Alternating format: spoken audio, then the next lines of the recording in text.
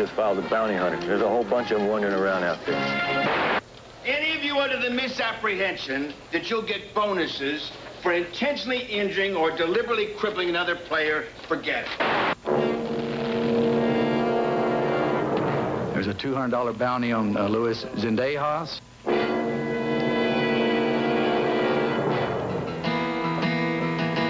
And a $500 bounty on Troy Aikman. We had no cheap shots. An Eagles coach and 2 Eagles players confirmed. He owes it to me and the Eagles to apologize. I really don't have a lot of respect for him.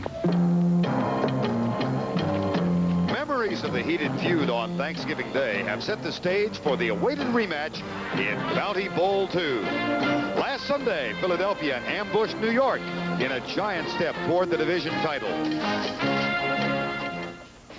But staying focused today will not be easy for the Eagles. Yesterday, they suffered a tragic loss, a loss that will always be remembered. Veterans Stadium in Philadelphia, Pennsylvania, for the much-anticipated rematch between the Dallas Cowboys and the Philadelphia Eagles. Important for the Eagles because they are currently tied with the New York Giants atop the NFC East, but they do hold a tiebreaker edge should the season end that way. Philadelphia striving for a home field advantage in the playoffs and a relatively perfect day in which to try and accomplish that. 31 degrees, but calm winds make it a relatively comfortable afternoon for football here in December. Good afternoon, everybody. I'm Vern Lundquist. There is an aura of sadness that surrounds this game for Philadelphia Eagles and their families. Yesterday, quarterback coach Doug Scoville, 62 years of age, passed away of a heart attack here at Vet Stadium. Doug had just completed a workout on a stationary bike when he walked a few feet and had the heart attack. He was pronounced dead on arrival at the local hospital. He was 62. He had been in coaching for most of his life. His relationship with Buddy Ryan goes back 22 years to 1967. Our condolences to Doug Scoville, his widow Enid, and their 3 children, as well as the other members of the Philadelphia family. My partner today again is Terry Bradshaw. Terry, a sad note, and nevertheless, Bounty Bowl 2 is here, and there's been so much hype about this rematch. Will it affect either of these teams? Normally, Vern, you would say no. I think a veteran football team would enjoy it. They'd kind of get a kick out of it. Maybe the kickers wouldn't, but I believe a veteran team would kind of enjoy the hype that surrounds this game. But an inexperienced football team with youth like the Dallas Cowboys have, I would have to say that, yes, it will have an effect on a younger football team. And I don't think there's any denying that. The players themselves might try to hide it, but I think it'll have an effect. The Eagles, of course, must now contend with the loss of Doug Scoville. It will have an effect, and I guess it's more the quarterbacks than anybody. A tragic thing, and I'm so sorry that happened. Quarterbacks have quarterback coaches, and Doug Scoville was a quarterback coach here for Rendell Cunningham and Kavanaugh and Don McPherson. And the one thing that you have as a quarterback coach and a quarterback is the relationship, very much like a parent. Scoville was a father figure to Cunningham. He was a man that turned Cunningham around and made him a great quarterback, fundamentally sound. He was a guy that Cunningham leaned on, and now when Cunningham comes off that field, Scoville's going to be missed. The Philadelphia Inquirer said this morning of Doug Scoville, he gave the Eagles their wings. Roger Ruzek will kick off, the former Cowboy who is now living in Luis Zendejas' Philadelphia condominium. And the deep man are Ankrum and Dixon for the Dallas Cowboys. The kick is underway. This will be James Dixon. He leads the league in kickoff coverage. Kickoff returns. It's out to the 22-yard line. And here comes Troy Aikman. Out 5 weeks, of course, with a fractured finger. He suffered his worst statistical day of the season the last time out on Thanksgiving Day. 7 of 21, 54 yards, 3 interceptions. 2-A Newton. Mark Stepnoski, the rookie, gets his second start at center, joining Kerr, Gogan, and Steve Folsom. And in the backfield, Paul Palmer, Darrell Johnston, James Dixon, Cornell Burbage. On passing downs, it'll be Bernard Ford and Scott Ankrum. Derek Shepard, one of the wide receivers, inactive today with an injury. And, of course, Michael Irvin and Kelvin Martin are on the injured reserve with knee surgery. There is a delay of some sort, and I'm not sure what it is. The field clock, we are told, is... The 45 30-second clock is not operational. The time will be kept on the field by the field judge. So there it is, the 45-second clock at either end of the field not operating.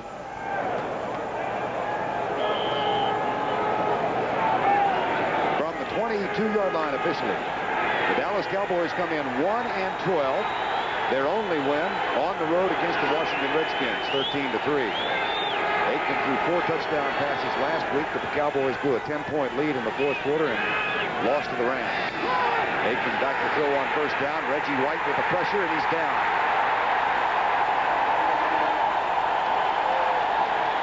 The 10th sack of the season for a man many feel is the most impressive defensive player in the league. And the key that happened that time to allow this sack was that the Cowboys wanted to come out and throw quick passes, but this is not a quick pass. Notice the 7-step drop.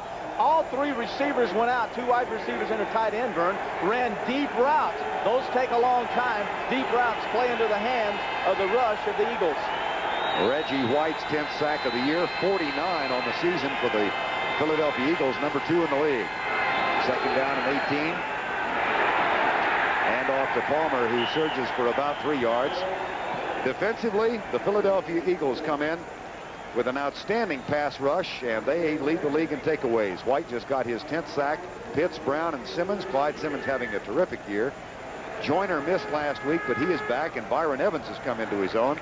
And in the secondary, Eric Allen injured an ankle while horsing around after practice yesterday, and may or may not go the distance. He is in the lineup right now, but was limping in warm-ups before the game. Junior Tonto-Latossi, the former Philadelphia Eagle, in the lineup. 3rd and 14. Aikman drills it. Caught. First down at the 39-yard line. That is Bernard Ford, who caught his first touchdown catch of the season last week in the loss to the Rams. It's a deep in cut. Once again, a lot of pressure on the Cowboys offensive line, only giving up 22 sacks, so they have played well pass protecting. Deep in cut, when you run in cuts against single coverage, man-to-man coverage, the middle is normally wide open, but you have to have time to throw the football. Aikman with plenty of time. Excellent route by Ford and the big first down. Only the 5th catch of the year for Bernard Ford. 1st and 10 from the 40-yard line.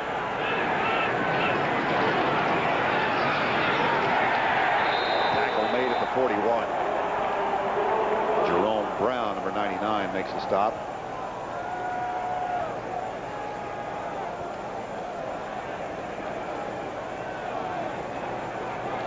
That black tape that crosses through the Eagles' wings, of course, in memory of Doug Scobel. All the players are wearing the black tape today. Second down from the 41. No score, opening moments of the game.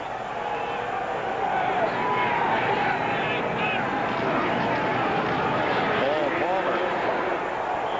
Paul played his collegiate ball at Temple. This is his first appearance in this area since 1986, when as a player for Temple University he gained 1,800 yards. Been much traveled since then, the #1 draft choice of Kansas City, and picked up for a low draft choice, or a high draft choice rather, from Detroit. Small running back. Cowboys really have been featuring Johnston, their fullback. He's the guy, the power back, and Palmer wanting to carry the football more. Feels like he needs to carry it more right now. 2 straight rushes in a row. 3rd and 2, no score, opening moments of the ball game. 3 wide receiver set for the Cowboys. Blitz, pass delivered quickly left side. Al Harris, number 95. The weak side linebacker was right in Aikman's face when he let it go. It'll be 4th down. One of the things you're going to see today, Vern, you'll see the all-out blitz by the Eagles, and it's imperative that the receivers be able to run the correct routes for Aikman to give him a target to throw the football. The last time these 2 teams played, Aikman never had that chance. Brand new punt returner for Philadelphia. Henry Gizmo Williams has been replaced by Anthony Edwards, who is about to return his first punt of the season. He waits at the 15-yard line. Mike Saxon is 3rd in the league in downing punts inside the 20. He's had 18 down inside the 20. And that one is right on the borderline. That'll be down at the 21-yard line. So a fair catch for Anthony Edwards.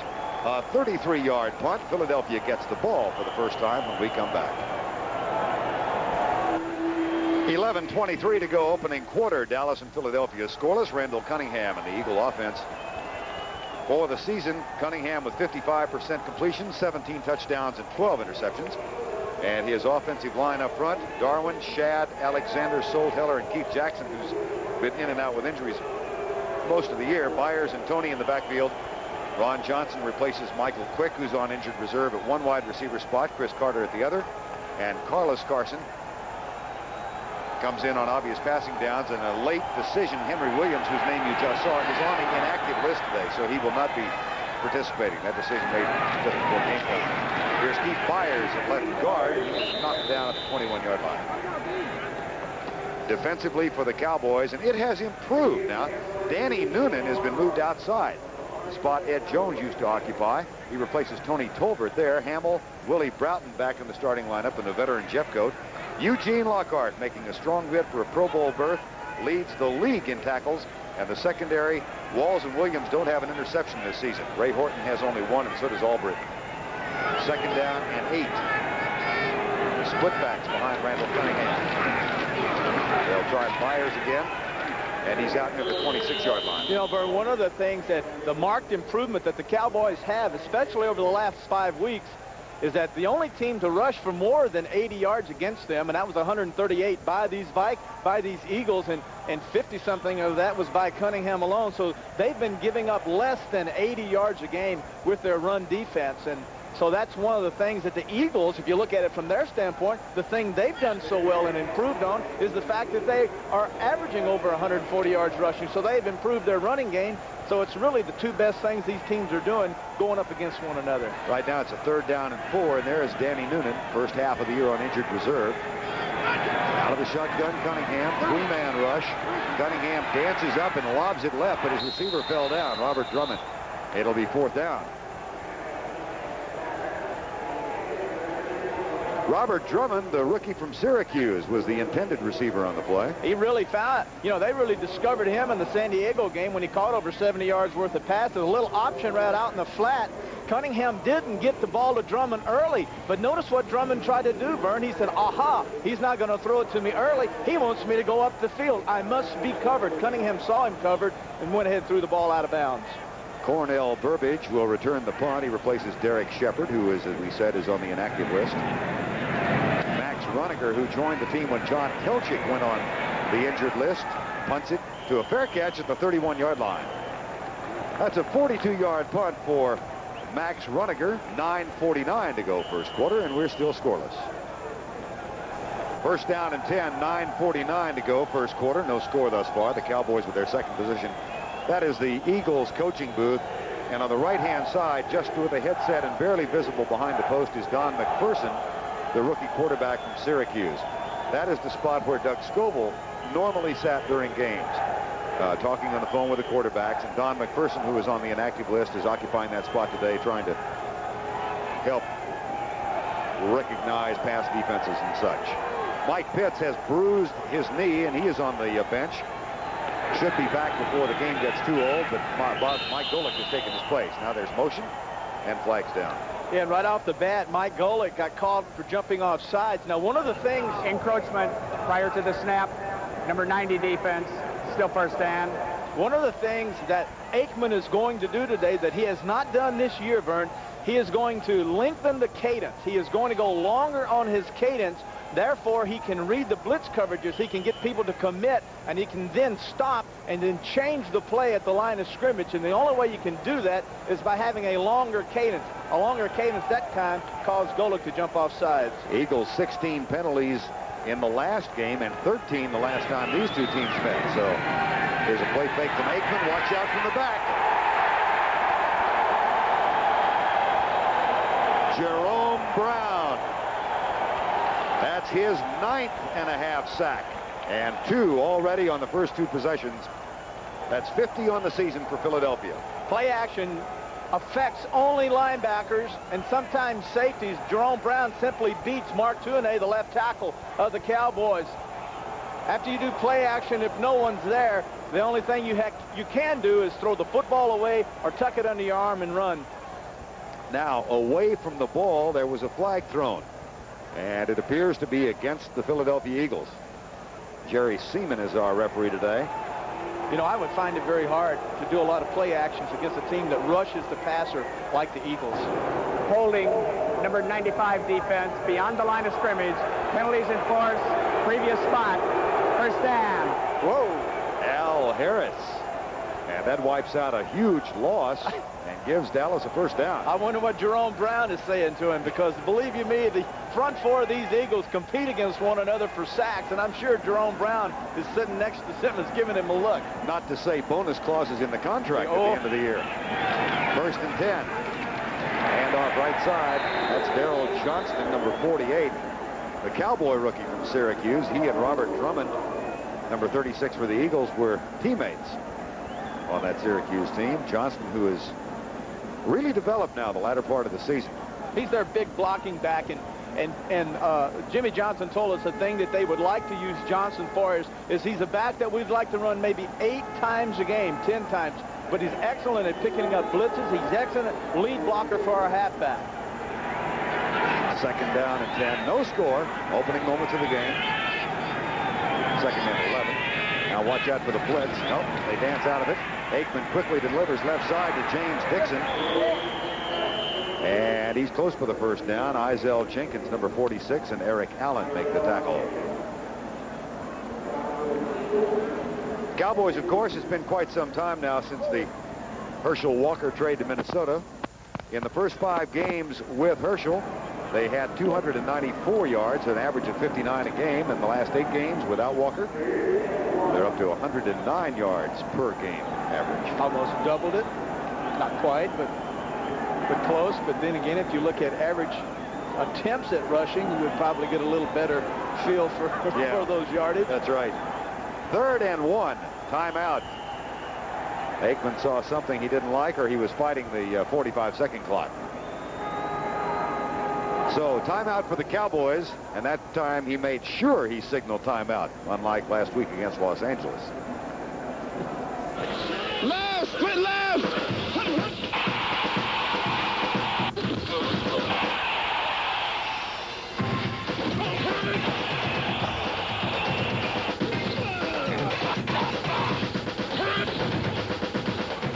Last week's Miller Lite NFL Player of the Week was Richard Johnson, making him eligible to be Player of the Year.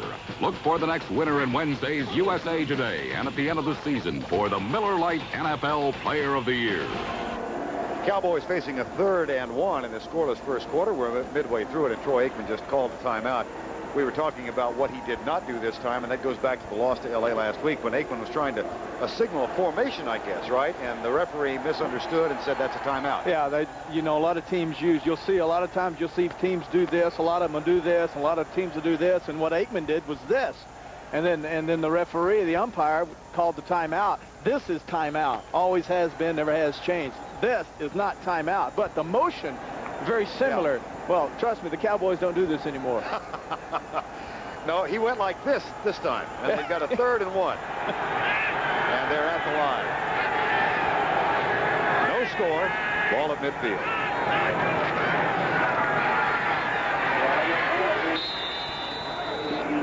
Roderick Sargent, number 39, gets the first down at the 45-yard line. Interesting formation the Cowboys ran that time. They stayed in regular sets. They did not bring in an extra tight end. They split out their corners, which spread out the safety. And what the thinking by the Cowboys is, if we break the line of scrimmage, the plane, then our running backs are into the secondary, which is out of position. Normally teams get in real tight and then try to move a pile, but that time the Cowboys spread everyone out. There are numerous signs around here making reference to the Bounty Bowl. The Eagles have won the last 5 non-strike games against Dallas. And then carry goes nowhere. Jerome Brown makes the tackle. Well, a lot of games going on in the National Football League this afternoon. Let's go back to New York and check in with Brent.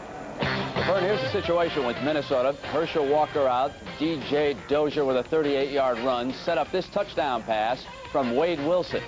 So the Vikings in control of their destiny. They've gone on the board against Atlanta 7-0. Let's go back to Vern and Terry. All right, Brent, nothing here. 6:48 to go first quarter. Double tight end set for the Cowboys. Keith Jennings, who was on the developmental squad early in the year, is in as an extra tight end. Double wing set for Dallas. And Aikman drops straight back. 5-step drop. Fires left side. That's caught by Dixon. Shakes the first tackle of Eric Allen. And that is knocked out of bounds by Wes Hopkins. Gain of 18. Well, a real gamble by Eric Allen. Eric Allen has a sprained right ankle. He hurt it yesterday messing around. And the problem is that when you're injured like that, normally a player will go ahead and take a safe approach to tackling. But Allen made the commitment to try to make the steal, the interception. He has 8 already. Missed that and allowed the receiver to break loose and almost go in for the touchdown. Eric Allen leads the National Football League in interceptions with 8. The Cowboys defense as a team has 7. 1st and 10, Dallas. No score. Blitz coming. And the tackle made by Byron Evans, number 56, who is 2nd in the league in tackles to Eugene Lockhart of the Cowboys. One of the things we're going to see a lot of today, and you notice these linebackers, they're just going to shoot to gap burn. Not a very fancy blitz, but effective. Notice in the center there, Wes Hopkins, number 48. That's a key for Aikman. Anytime Aikman looks and sees 48 over the center, he should know right now that he's over there to cover the tight end for blitzes. So therefore, you need to get out of those runs and go to the passes. Split backs behind Troy Aikman, 2nd down. And well, no score. Maybe encroachment on Jerome Brown. The pass is incomplete, and there are 3 flags down. Now was Brown drawn offside. Aikman took a shot. Terry asked Troy Aikman yesterday about the intimidation factor of the Eagles, and he said, I expect to get hit on every play. You know, I think he slipped up when he said, I expect to get rattled during a football game. But he said the real key is to not... Offside, number 99 defense, still 2nd down. The key is to get up and not let it affect me, but it does happen, and you have to admire someone that is very honest about it, because it is a game of emotion, a game of feelings, and you're going to get hit. And you're going to have to get used to it, and you can't let it affect you. Zeph Joyner coming in from the outside gets hit there late, but Jerome Brown had already jumped off sides. 2nd down and 7, no score. Cowboys driving now. Draw play. And that goes nowhere. Jerome Brown and Seth Joyner, number 59, wrapped him up. And wouldn't it be ironic if the first score in this game came from Luis Zendejas, who, by the way, is still the leading scorer for the Philadelphia Eagles in 1989. You were reading my mail, because I was thinking the same thing. Wouldn't it be ironic if Luis Zendejas had to come out now and kick a field goal? Well, the Cowboys have a 3rd down. They've got 4 wide receivers in, and Zendejas is getting ready. Claims he has a tape of Al Roberts confirming the bounty issue. His tape on his ears, too, and that's not, I don't think, to block the wind out. 3rd and 6. Blitz. Frizzell coming. Pass in the middle. A bump. Incidental contact with Everett. And Zendejas will be coming on, I believe. Notice the grip that Aikman's one of the only quarterback I've ever seen ever puts a finger on the laces. Notice the laces of the football are laying on the palm. He is a palm passer. He grips the football extremely hard with the palm. Zendejas, who is the focal point of all the controversy. He's 18 of 22 at Veterans Stadium.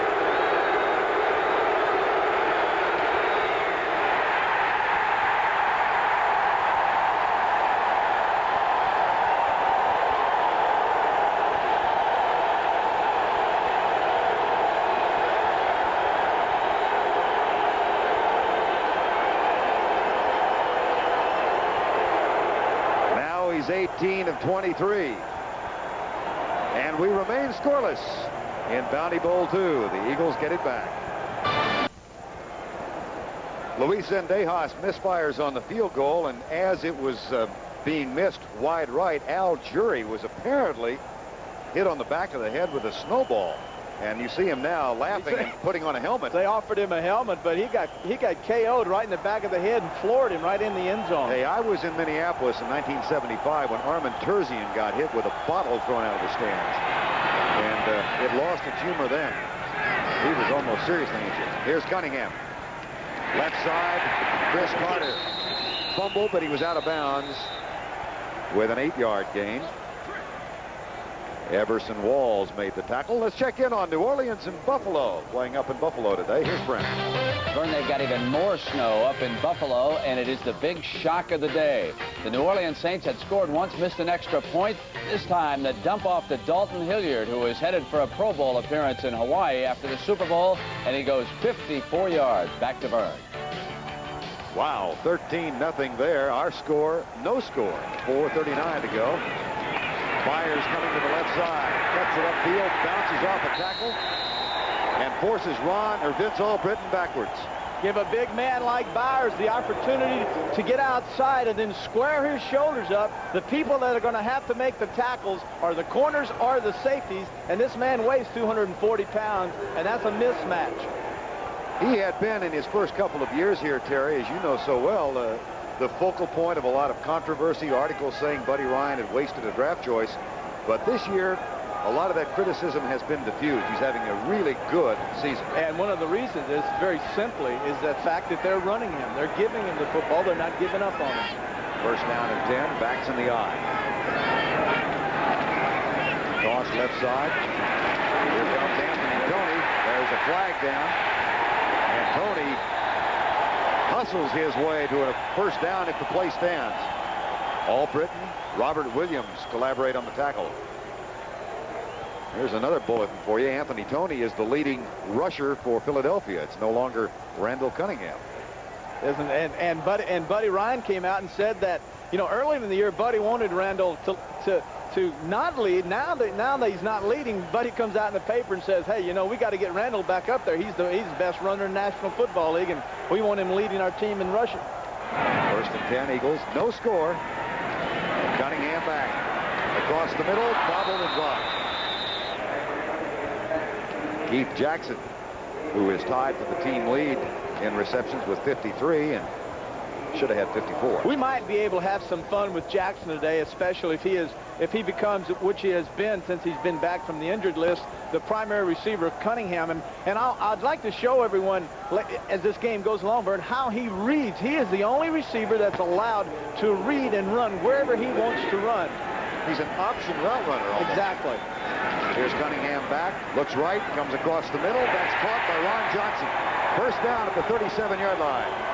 Found a big hole and made the catch. Well, you're going to find a lot of holes when you play against a team that uses zone defense, where everyone just drop backs in an area. A strong-armed quarterback like Cunningham can beat the seams with his arm. Cunningham will come out. Jackson, to your left of your screen, he opens up. But now look at Cunningham come back. And a smart route by Ron Johnson. He ran a slant, Vern. Once he got in the dead area, instead of continuing running, he slowed down and gave the target to Cunningham. First down and 10. Scoreless first quarter, 3:05 to go. There's Byers inside the 35 near the 33-yard line. You know, it's interesting what they said. One of the keys for Byers is the fact that they noticed in the film how Keith Byers was running with his head down, that he was looking at his feet. And so they talked to him, they got him aside, and look at this, you're running with your head down. Great running backs run with their head up. So now they made him aware of it. He opens up his eyes, keeps his head up, and then everything has changed for him now. Isn't it amazing that here's a man who's in his 4th year as a professional, and now they discover that he keeps his head down when he runs. But Ted Plum and the staff made that discovery. Here's a Cowboy blitz. Tony goes right, cuts inside, and is knocked down at the 31-yard line by Gene Lockhart, who had 14 tackles last week and leads the National Football League in tackles, and said last night that you bet he would love a berth in the Pro Bowl. Kind of difficult to make it when you're on a 1-12 team. He might be deserving. Well, you lead the National Football League in tackling, you bet you deserve it. And the other thing about Lockhart is that he said the combination of learning to play on the flex, where he had to read the guards and the back, he said now with this aggressive style, I've combined both the flex technology and the new aggressive style. Out of the shotgun on 3rd down, Cunningham. My, oh my, is he dangerous here. First down, Eagles.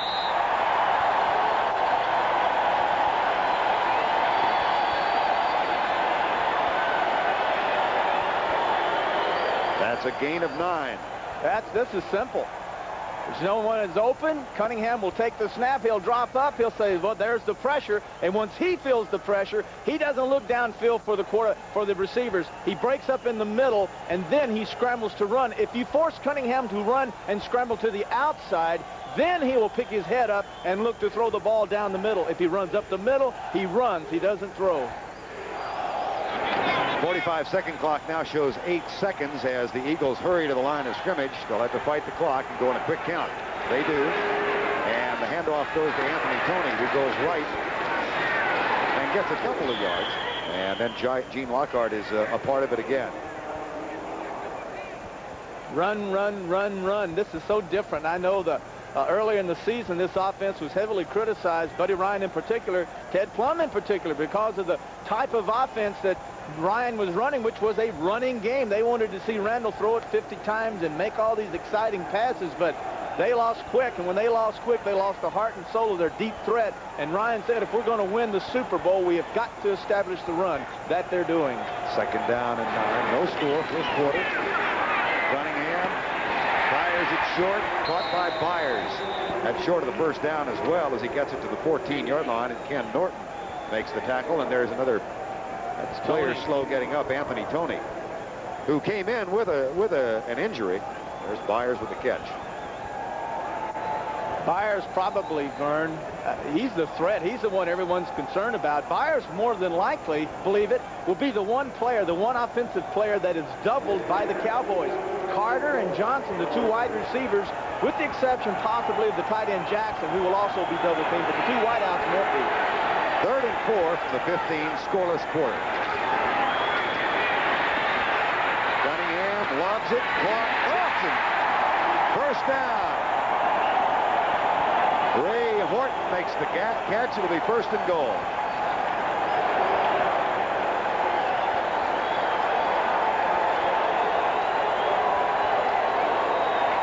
They'll walk 95 yards to the other end of the field. A 1st and goal, Philadelphia at the end of 1.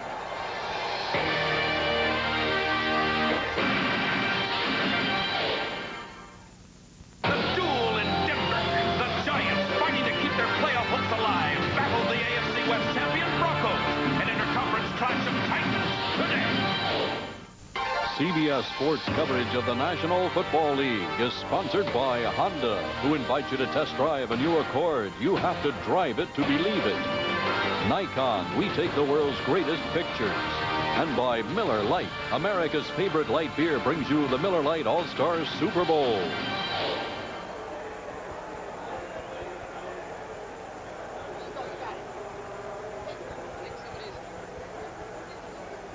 Back for quarter number 2, Dallas and Philadelphia scoreless. The Eagles now with an impressive drive, and they've got a 1st and goal at the 6-yard line. Make it the 5 officially after Keith Jackson made that 3rd down grab. Quarter number 2, Vern Lundquist, Terry Bradshaw. Randall Cunningham has talked it over with Ted Plum on the sideline and come on out. Cowboys, like so many other teams, employ a spy system, and that time Jesse Solomon was shadowing Cunningham, but he alertly got rid of it. 1st and goal from the 5. Back split. Byers, Toney, interchangeable fullback, running back now. This is Byers going right. And big fumble. And who got it? Looks like Ron Solt got it, the right guard.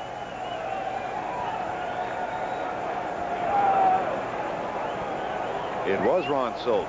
Talking last night, Byers, we asked him, was he a leaper? At fullbacks normally big, heavy fullback, very seldom leap. Very seldom will you see this type of action from a big man. And the reason, very simply, is his strength is his power. When he's in the air, he loses his power. When things are going right, they really do go well. The Eagles have fumbled 16 times now in the last 4 games in the quarter and lost only 4. Here's Cunningham lobbing it deep incomplete. Byers claiming he was held up in the end zone by Horton. There is no flag. And it'll be 3rd and goal.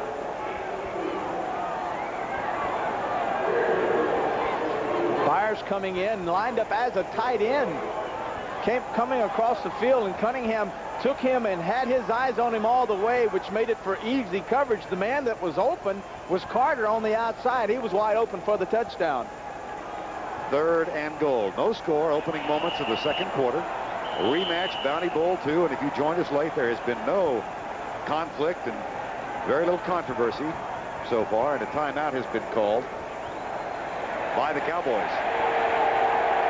That's their second. Dallas calls timeout. Some defensive confusion.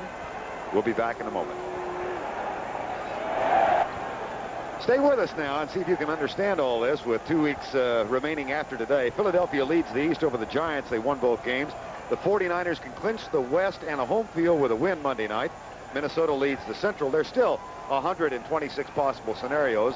Most of those involve wild cards. The 49ers can clinch a wild card berth if Philadelphia, Green Bay, New York, or the Giants lose. There are 9 teams still alive.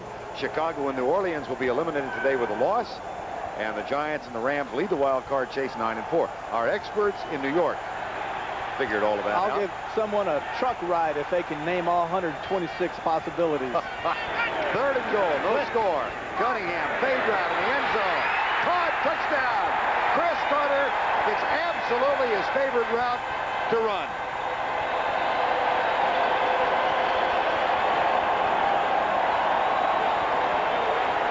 Well, he doesn't catch many, but when he does, do they count. That's his 9th touchdown catch this year. Notice Carter on the outside, lined up on Robert Williams, takes him inside, freezes him. Williams actually has good coverage.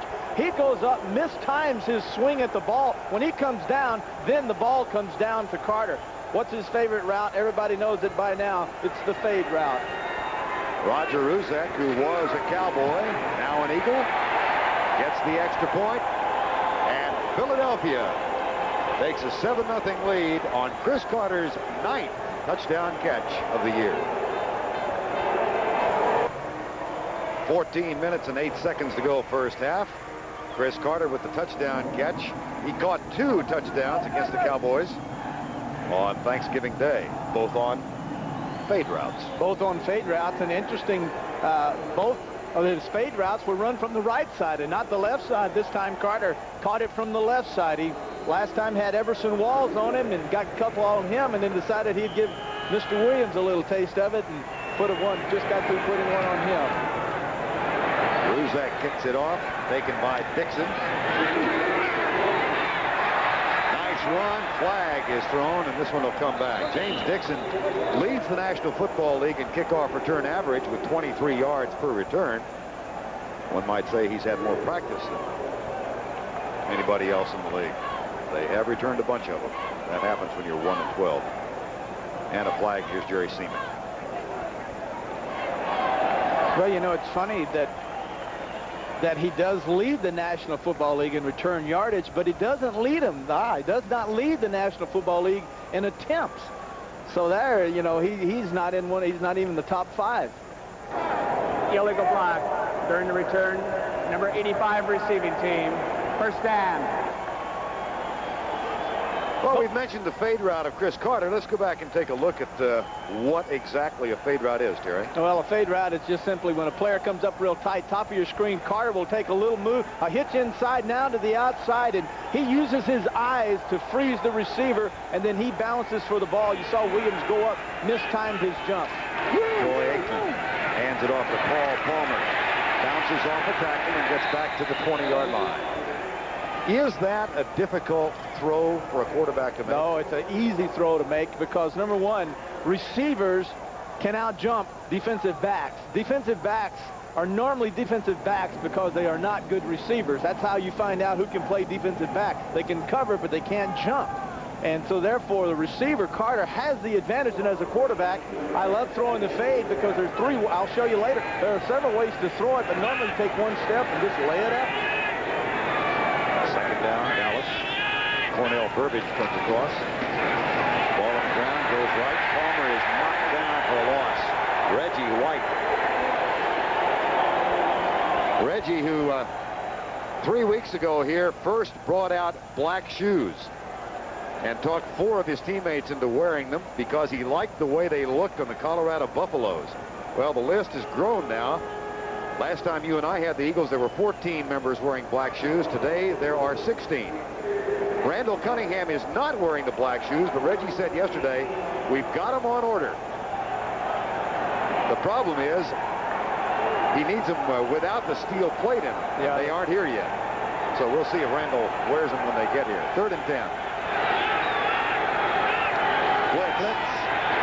Aikman dances right. Chased by Jerome Brown. Wings it. Incomplete. The pressure got to him. Cowboys will have to punt. And Jerome Brown was ever so close.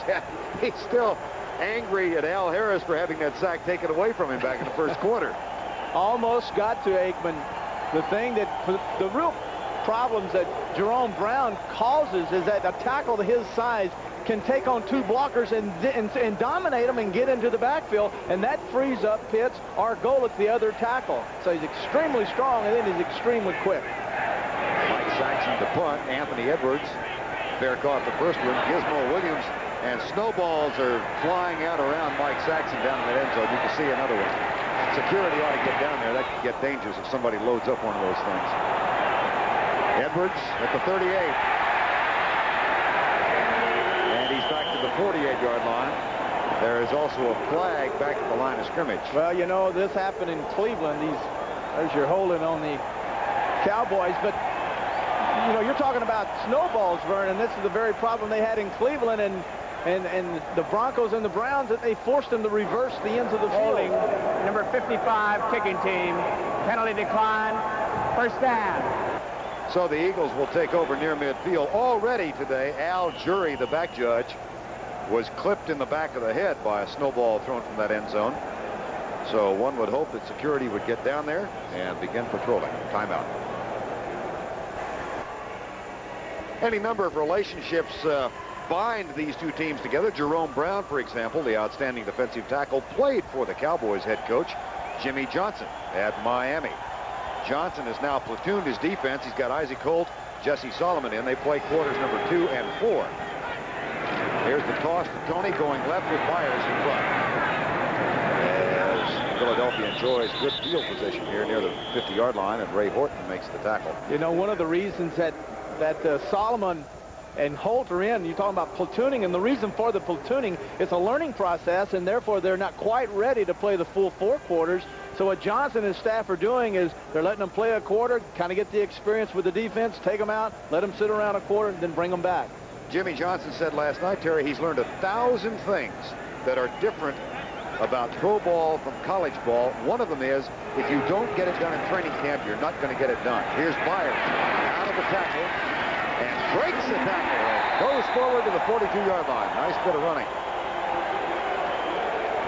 Well, if you keep your head up, this is one of the good things that happen to players when they are tackled. If their head is up, they're able to spin off and find where the seams are. Notice there's Bates. I mean, Hamill, the tackle. He makes one hit. There's another hit. Now they look at the hand down, peeking up through the face mask, squirming forward to get almost a 1st down. But excellent job of balance. Once again, a big man. This is not a little guy, 240 pounds. 6 carries for 21 yards. Double tight end set now. Jackson and David Little, along with Jimmy Giles. All 3 are in. Play fake. Cunningham puts it on his hip. Goes for Byers, deep right side. Flag is down. Isaac Holt and Byers contending for it. Well, now, who will the call be on? They're going to wave it off. They got a flag, but I think they'll wave this off if it's defense. It might be on Byers. No, it's not. The other direction. Yeah, I thought they might wave it off, Vern, because the ball was going to be caught out of bounds, but evidently that's not the case. Pass interference, number 30 defense. 1st down. All Holt had to do was just to turn around with his head, and he would have been able to get away with the bumping and shoving. Byers out of the backfield, only one other receiver in the route, and that was the tight end, David Little. Good coverage. There's the push. That may have been where the flag was thrown right there. Yeah, there it is. There was the push, back, then the catch. Can't do that. That's a 1st down. Philadelphia leading 7-0. They whitewashed the Cowboys 27-0 on Thanksgiving Day. Now Cunningham thinks about going across the middle. He's caught and sacked for a loss at the 31-yard line. Jim Jeffcoat makes the sack, and that is Jim's 7th and a half this year. And while we've got a moment, let's go back and check in with Brent in New York. Well, let me update the story with the Chicago Bears. They could be knocked out of the playoffs today for the first time since '83. Bob Galliano on the option rolls in for the Lions. They lead Chicago 7-3. Bears are out if they lose. Back to Vern. Oh, what a terrible season Mike Ditka and the Bears are having. 7-0 here. Philadelphia going after its 10th win of the year. Cunningham has just been sacked, and a pass incomplete across the middle. Flag comes down again. Intended for Byers. David Howard will argue, but he's going to be called for it, I believe. Howard, number 99, another of the trio picked up in the Herschel Walker trade. See, the back judge or the field judge, neither one threw the flag, and that was in the area in which the route was run. But then the line judge picked it up coming at him. He picked it up, saw it, and threw the flag. Pass interference, number 99 defense, first down. Look right in the center, Vern, and you'll be able to pick up. There's the ball right in the center going over the hash. Now you'll see the defensive back go across the back. Notice the head go down. There's the collision, and there's the flag. That's David Howard, 99, who was called for pass interference. That's the second pass interference call against the Cowboy defense on this current drive. First and 10 Eagles. They lead 7-0. Play action. Cunningham, deep left side, incomplete. Intended for Ron Johnson. Want to have some fun? Ron Johnson runs one route extremely well, and it's the corner route. We've covered these Eagles a lot, and watch him run the corner. He runs the corner, loves the corner route. What about Chris Carter? Chris Carter loves the fade. The fade and the corner. That's the two routes you're probably going to see both these receivers run all day. Play action. What did Ron Johnson run in that time? He ran the corner down, faked the post, and head out to an angle. Now Carter, who has the only touchdown thus far, comes to the right side. Second and 10. Four-man rush by Dallas. Short drop across the middle to Byers. Fights to break the tackle and leans out and may have gotten the first down. Jesse Solomon with the tackle. Man, what a beautiful job by Cunningham. Actually, Byers was the third receiver out. It was a crossing route. They're just dropping back. There's Byers coming across. Reads. Notice how he reads Jesse Solomon going with him. He reads the flow of the linebacker on him. He stops and then goes back. Cunningham saw it and got him the football. First and 10 Eagles. They lead it, 9.5 to go in the first half. Anthony Toney drives down to the 15-yard line. Tackle made by David Howard. Buddy Ryan, who kept up the verbal assault with Jimmy Johnson this week, told us yesterday that Dallas team on Thanksgiving Day was the worst prepared team I've ever seen in football on both sides of the ball. Terry said, why do you say things like that? He's a hard guy for America to really understand. A lot of people don't like him, and he just says how he feels, and then we're just not used to people telling us that he doesn't like us. From the 15, second down. Byers tries a spin move and is knocked down to the 13-yard line by Gene Lockhart. You know, but isn't that interesting that Buddy he says, I just assume you know exactly how I feel about the question you asked me, and I'm going to tell you how I feel about it, and it's up to you whether or not you can handle my honesty. And there's the other side of him. Back in the beginning of the season, he told us that, and he didn't want it out. He said, I gave Gene Stallings one of my fillies, one of my thoroughbreds. And Gene gave it to his daughter, and that horse called Jenny's Pursuit, a gift from Buddy Ryan, is now in San Antonio. 3rd and 5. Into the end zone, incomplete. Roger Ruzek will come on to try and break the tie. If there's not enough confusion between these two teams, Ruzek formerly kicked for the Cowboys, and Zendejas used to kick for Philadelphia before he was cut, signed by the Cowboys. But of course, before all that, he kicked for the Cowboys before Ruzek did. You got that straight. I'm following you. That's what I don't know how far. Fake into the end zone. Caught.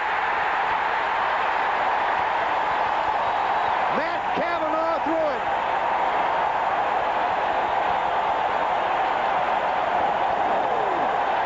Chris Carter caught it.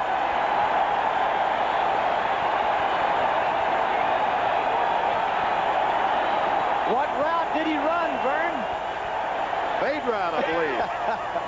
Oh, Buddy Ryan said the only way the Cowboys can beat us is by using gadgets or trick plays, and this is a trick play that Ryan uses himself.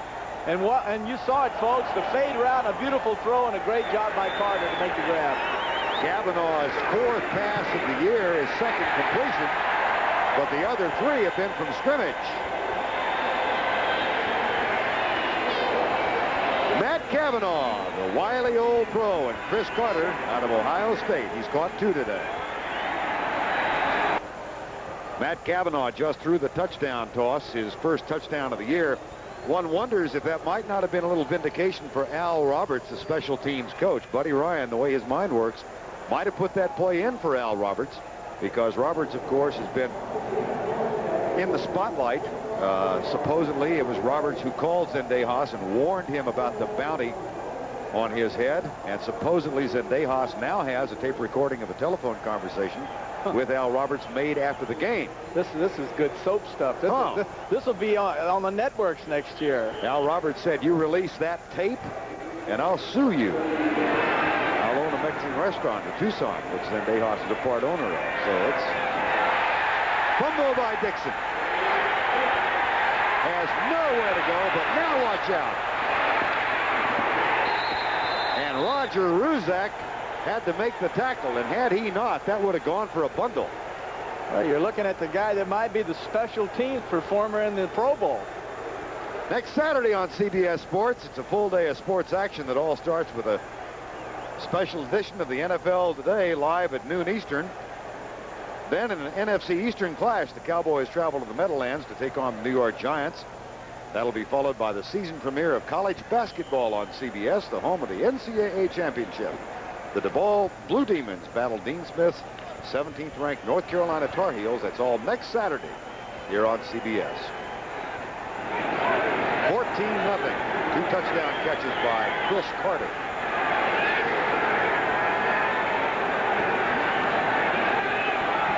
Split backs behind Aikman. Deep drop by Aikman. Flips it out. Johnson is popped, and it's an incomplete pass. Byron Evans made the hit. And now this is an emotional Philadelphia Eagle football team. Evans, Terry, has really come into his own as a middle linebacker this year. Yeah, the middle linebacker in the 46 calls the defense. He is the man that calls the lineman and the linebacker schemes. And then but Wes Hopkins, the free safety, he calls the secondary. But the quarterback on defense is number 56, Byron Evans. Out of Arizona, Troy Aikman now 3 of 7 for 49 yards. And his worst outing of the season against the Eagles on Thanksgiving Day. Quick drop. Fired out the right side to Darrell Johnson, the fullback. Tackle made by Seth Joyner. So many times what happens, Vernon, and it's very important for the young team, the young quarterback Aikman, is that you cannot panic in a situation like this, a hostile environment, a very emotional game. You cannot panic. You can't get away from the offensive scheme. You got to just stay in there and don't get out of the system. Just let it work for you. Well, Roger Staubach saw him yesterday at the Army-Navy game. I'm sure he's thrilled to death with the Navy victory yesterday, and what a great broadcast that was. Great ball game. 3rd and 7. Aikman stands tough, incomplete. And he took a shot. Reggie White was coming. And now they help Aikman up. Eric Everett coming on the blitz as well.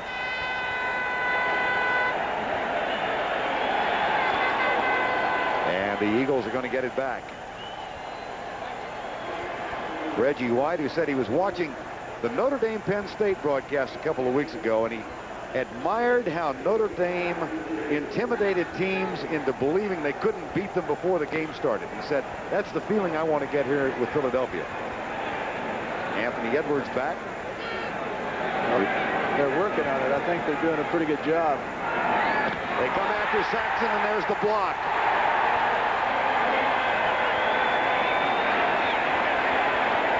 Robert Drummond, number 36. That is the second blocked punt for Mike Saxon this year. And Robert Drummond got a hand on it. Straight up the middle. There's Saxon, steps right up inside, and I can't see the number, but it looks like it was Drummond, 36, blocks it.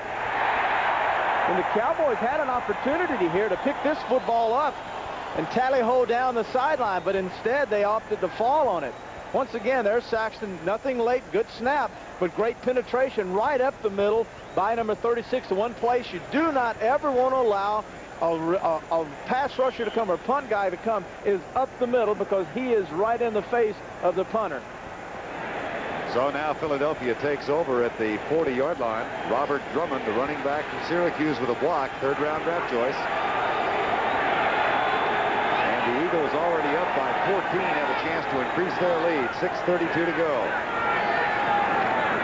Toss right side. Anthony Tony weaves his way inside the 35 to the 33. And there's the first fisticuffs that are broken out. David Howard was a part of it. Ron Miller may have been a part of it as well. And there's a player down at the 35.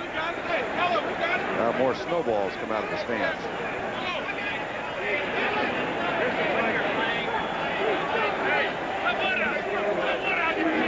Mike, oh, that's Matt Darwin. Matt Darwin, the left tackle.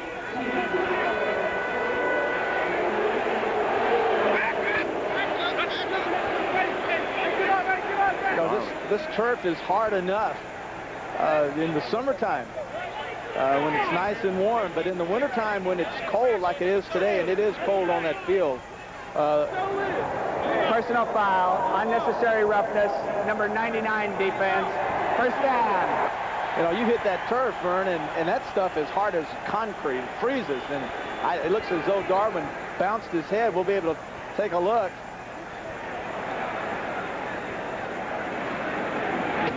Can't see the injury, but there's 99 coming back in. Now there's Howard, and he goes to the head of Ron Heller, 73, and he's picking on a guy that has an operation on his left hand and a broken finger, a broken thumb, and just this week was operated on, had a pin placed in it, and now is out there starting. Look at his left. Look at that, out there playing. Played with it last week against the Giants without the operation, and then got it operated on and is out there playing today. He's yelling back at the Cowboy defensive huddle as David Howard's having a long afternoon of personal foul and a pass interference call against him on the last Philadelphia drive. And Matt Darwin, the 4-year pro out of Texas A&M, is still down. Now he's up and walks off. Darwin was injured coming into the ball game, and Ken Reeves, who is his backup, will try and go, but Kenny also is showing the effects of a long bruising season. Yeah, one of the problems now, Reeves is injured, and now if Reeves has to leave the game, Vern, now David Alexander, the center, will move out and play the tackle spot, and Dave Remington picked up in a trade with the Bengals 2 or 3 years ago. He will then move back and become the starting center. Chris Carter goes to the left side from where he's caught one touchdown pass today. Yep. Ron Johnson wide right. High formation. There's the toss to Anthony Tony. And he's tackled at the 18-yard line. Jim Jeffcoat, number 77, makes the stop. There's Matt Darwin. Eagles, of course, control their own destiny now with a 9-4 record. They are at New Orleans for a Monday night game next week, and then finish out the regular season back home against Phoenix here on Christmas Eve.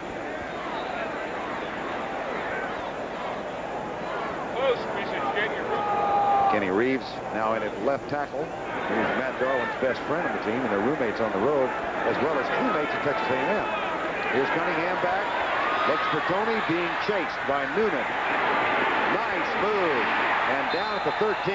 It'll still be short of the first down. See, one of the things that the Cowboys want to do is spy Cunningham, but they can't spy Cunningham unless they're in a third down situation where they bring in an extra defensive back and leave one linebacker in. In normal first or second down situations, then they can't spy him. They put one guy on him, then it's a mismatch for the defense. So Cunningham is able to run because no one is spying him on first and second down. On third down, he'll have the spy. It'll be third down right now. 4:50 to go first half. Cunningham with 2 rushes for 15 yards. I wonder if they'll double Carter. Carter's in the slot. Looks like he's got 2 men over him. Jackson in the wing right, out of the shotgun. They go left side, and it's incomplete. So that'll bring Roger Ruzak on for the second time. The last time they were here, of course, Matt Cavanaugh threw the touchdown toss to Chris Carter. There's Cavanaugh, now in his 12th year. Out of Pittsburgh. I was playing for the Steelers, and he was lighting up the scoreboard in Pittsburgh with Johnny Majors and doing a heck of a job. Roger Ruzak, 30 yards. This is the exact same spot from which Cavanaugh threw the touchdown a moment ago.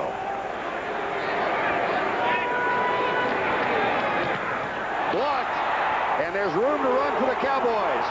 Bernard Ford has it, and he's being chased by Jesse Small, and Small saves a touchdown.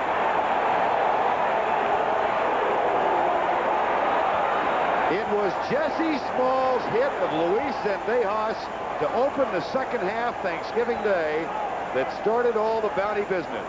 But a 46-yard return after Everson Walls blocked the field goal. Well, we've seen a blocked punt. The Eagles blocked Saxton. Now you see Everson Walls come in. He blocks Rusik's attempt at a field goal. And now Ford. Now this is amazing. Ford is a receiver who is supposed to have blinding speed. But Jesse, as you can see, Jesse Small runs him down. Great effort by Jesse Small to save 6.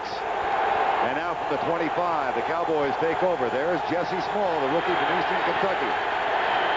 1st and 10, flag down.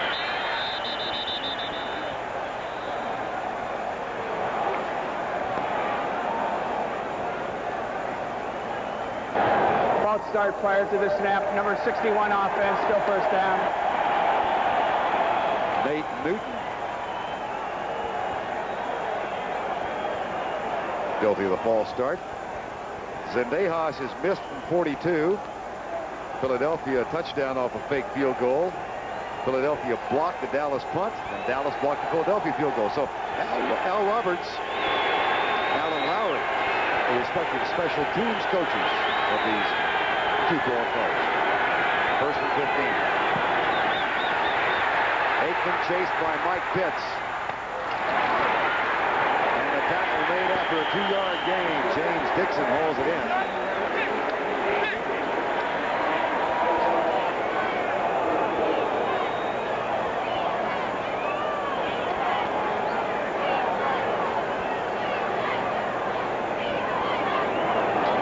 At the conclusion of today's game, we'll select a player of the game from each team who'll be candidates for the National Miller Lite Player of the Week honors.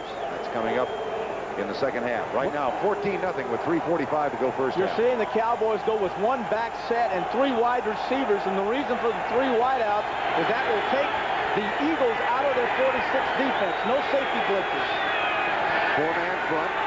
There is a blitz now, and a good hot read by Aikman. He goes to his tight end, Folsom, to the left side. Yeah, when you have 1 back, in the backfield and 3 wide receivers, the safety blitz will come from the slot area. And the Cowboys know this, and so they were bringing out 3 wide receivers.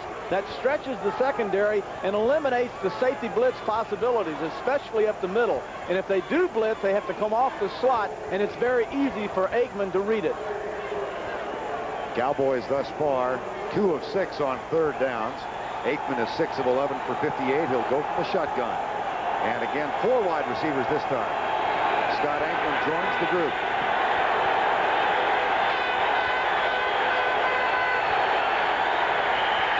That'll be 5 against the Cowboys. Seth Joyner doing a little intimidation act of his own, was pointing that time at Gogan. I believe that was Gogan, the right tackle, Vern, that False start prior to the snap. Number 78 offense. Oh, that's David Wydell at right tackle, but Seth Joyner was pointing it at Wydell and taunting him with his hands, and Wydell just simply lost his poise there and just game on back and tried to get set up too soon. 6 for 52 now for the Cowboys. Philadelphia so heavily penalized the last 2 games, only 3 so far.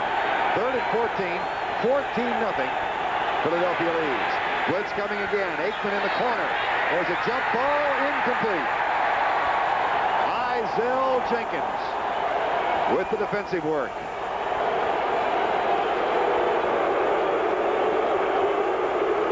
This is a Philadelphia team that has 27 interceptions this year. Aikman has his man. The ball's laid out there, but the ball is a little bit thrown. It's a little bit underthrown, Bernard Ford, and a little bit late. I believe if Troy Aikman read this a little quicker and drilled the football, he would have had a touchdown. Zendejas 0 for 1 today. This is from 47 yards away. High snap. That one is good. So Luis Zendejas, who was a very popular player while he was here in Philadelphia, has become something other than that in the last couple of weeks. But he puts the Cowboys on the boards 14-3 with 2:32 to go in the first half. This, of course, the first half of our doubleheader, and what a game we've got for most of you coming up next. The Giants in the Denver area, the first time those two teams have met since they were in the Super Bowl together. Phil Simms coming off a big yardage. What was it, 11 for 37 last week, but 280 yards, and the turnovers, the 5 turnovers they had, just absolutely ruined the Giants' hopes. I'm going to try and get back to my home in Steamboat Springs tonight, but it is snowing in Denver even as we speak, heavily. Well, so that may affect that game. Those folks in the New York area are particularly interested in that. I know. I feel for you having to go out there in that snow. I'll be heading down to the southwest area, and where the snow will probably be coming tomorrow, where it won't be quite so wintry. Luis Zendejas, who just kicked the 47-yarder. There's Jesse Small, who took the shot at him when he went right by 2 other Cowboys. Doesn't he look like he's a bandit there with that bandana wrapped around that neck? Kind of fitting, isn't it? Bounty hunter, huh? The bounty hunter. I like that.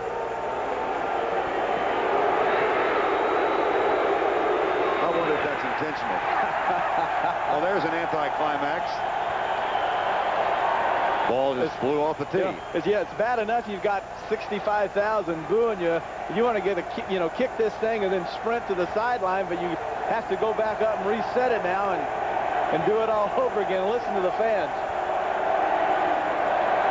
Air ball is what they're hollering. I really do wonder if that's an intentional. I'm telling you, that's a bandana. Yeah, Jesse's saying, "Look at here, I'm the outlaw, man."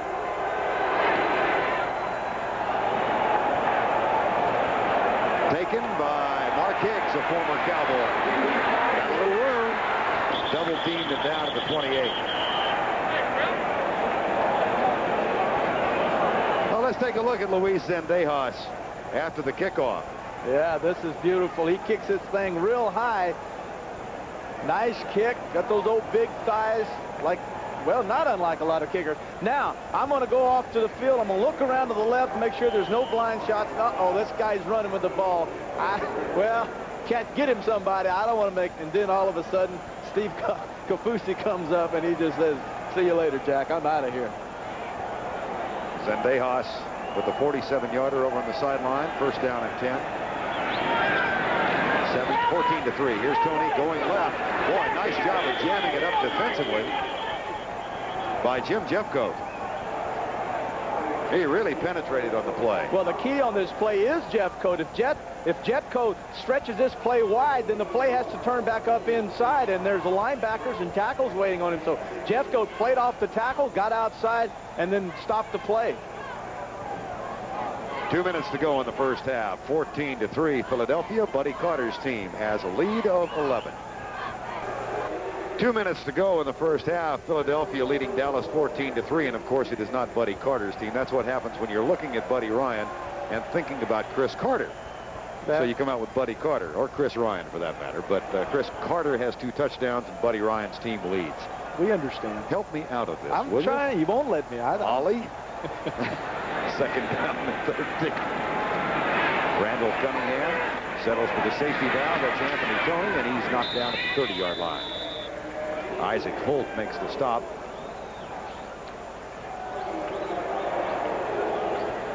And the Eagles go with a hurry-up. Cowboys 14-3. They trail. 3-man rush. Pass left side. Incomplete. Intended for Keith Byers. Had him. Third down. Yeah, had him out in the flat. Cunningham knows it. A good opportunity to get the hands into a back that can catch the football, who obviously can run with it and is excellent with running the football. If Byers catches this, he turns his shoulders up the field. The wide receiver to that side had come inside and taken the coverage with him, and Byers had the whole sideline. Look at this. Randall's going back in to punt for Runninger. And, of course, last week, 91 yards from his own 2-yard line in New York. Into the wind this time, though, Vern. This punt is into the wind. One step, line drive. A floater. And it does not take that much of a Philadelphia bounce, so that'll hurt the average. That's a 43-yard punt for Randall Cunningham. Interesting, he walked over and told Buddy Ryan, I want to punt. Runninger said, okay, come on out here. And the Cowboys take over following the 43-yard punt. Let's bring you up to date on what's happened scoring-wise so far. Chris Carter, a 4-yard pass in the left corner from Randall Cunningham early in the second quarter, and then off a fake field goal, Matt Cavanaugh, 13-yard pass to Carter to make it 14-0. After Everson Walls blocked a field goal, and it was returned 46 yards, Zendejas put the Cowboys on the board. 3 wide receiver set now for Troy Aikman. Good protection this time, and the pass incomplete. Folsom was hampered a little bit, but should have had it. Seth Joyner got in the way of Steve Folsom. Plenty of time, Aikman. Plenty of time. Good job by his line to give him chance. Folsom coming inside on Seth Joyner, then moving to the outside, and Seth Joyner reaches out the very last moment and got the hand on it, knocked away. A route very much like we saw earlier when we saw Byers move inside and then move back to the outside. Same route, just this time by a tight end. Second down and 10. 1:21 to go before halftime. Aikman is 6 of 13. Sacked once officially. Another was wiped out by penalty. Blitz. Andre Waters coming. Aikman scrambles right.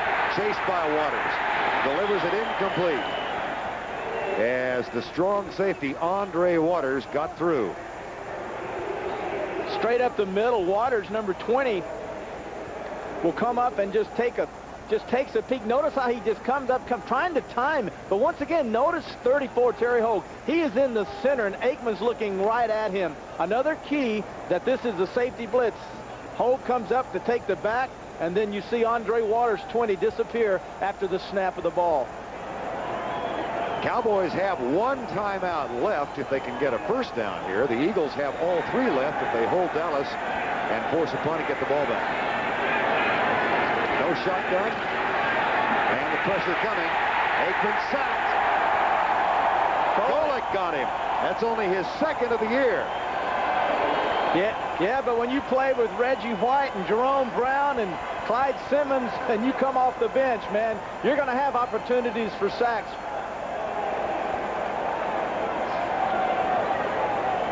Jerome Brown, 99, that's the one you have to be concerned about. The center, Stepnoski, and then the double team by the tight end. The 2 people on one free up Golick, who had only 1 man to beat. He gets to Aikman. The Cowboys had given up coming into this game only 22 sacks this year, but 5 of those 22 came in the first meeting between these 2 teams on Thanksgiving Day. And you know, I'm amazed that in the pass routes that the Cowboys are using, as you look at the sacks and the hurries today, but the offense that the Cowboys are running is a deep running offense. In other words, the routes are 10, 15 yards. Most teams against the Eagles have used a quick rhythmic offense. 1, 2, 3, and then get rid of the football. This timeout was called by Philadelphia, so when they get the ball back, they will have 2 more.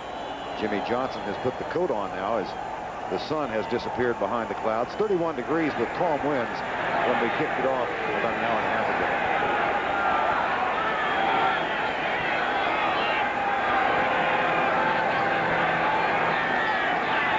Here's Saxon. Goes right off the helmet of Anthony Edwards. That's a free football, and it's still free. I think Philadelphia came up with it. Robert Drummond recovered it. Well, they benched Henry Williams as a punt returner because he had a proclivity for running away from the ball and not making the catch. This time Edwards stumbled and hit him on the helmet. And Drummond saved a big turnover. Drummond making himself known today. A blocked punt earlier. Now an opportunity to come in and make the save. But this ball, man, this is dangerous. Instead of trying to pick the ball up, what you want to do is fall on it. You don't try to advance it, just fall on it. And the Cowboys, in their anxious moments to get it in the end zone, gave it back to the Eagles. First down and 10, Philadelphia. They have 2 timeouts left. Cunningham in the shotgun. 14-3. Eagles lead. Left side, caught by Myers, speed pass. And knocked down. Beautiful job. I mean, you got 2 blockers leading on that screen, and then Manny Hendricks, number 45, goes in between them and makes the stop. Coming up at halftime, Brennan Erb with all the scores, highlights, and the latest information. And Dick Butkus with the story of the Broncos running back from Alabama, Bobby Humphrey, whose legs have taken the pressure off John Elway's arm. That's all coming up at halftime. And among the things that Brent Erb will be talking about, how about this, Terry? Steve Largent of Seattle has now set a new National Football League record for touchdown catches, and even 100 in the Seattle game of Cincinnati. That's a bunch, but I got him by 100. You threw 212, yeah. I know. Isn't that amazing if you think about it? All the great receivers that played in the National Football League. And I remember when Largent came in, Seattle was the expansion team, and they did all that crazy stuff, and they had the little left-handed quarterback, and Largent was catching all these passes, and no one thought he could play. He was actually cut by the Cowboys, right, and then picked up by Seattle. Houston, he was cut by. Yeah. Anyway, congratulations, Steve. Second down. Here's Cunningham back. Caught. Yes. Ron Johnson. Johnson is the one speed burner on the outside. Robert Williams. Notice that Williams never does turn his shoulders. He anticipated the fact that Ron Johnson, 85, was going to come back, and he said, I don't believe you're going deep. But he still gave Johnson enough cushion for Johnson to make his stop. And then with that kind of arm Cunningham has, it's a mismatch, and he drills it in there. First down and 10. Now they're going to replay it, I think, and see if Johnson... Is that what this is about? Let's see. I would imagine it is. You see Cunningham pointing at the clock.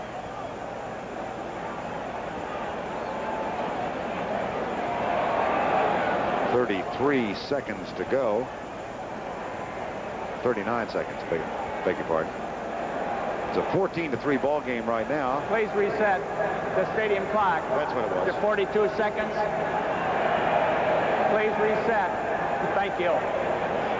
I have a hard time with that voice. I want someone to reset that clock. Well, you got Jerry Seaman on the one hand, who's our referee, and then you got Ben Dreith at the opposite end of the spectrum.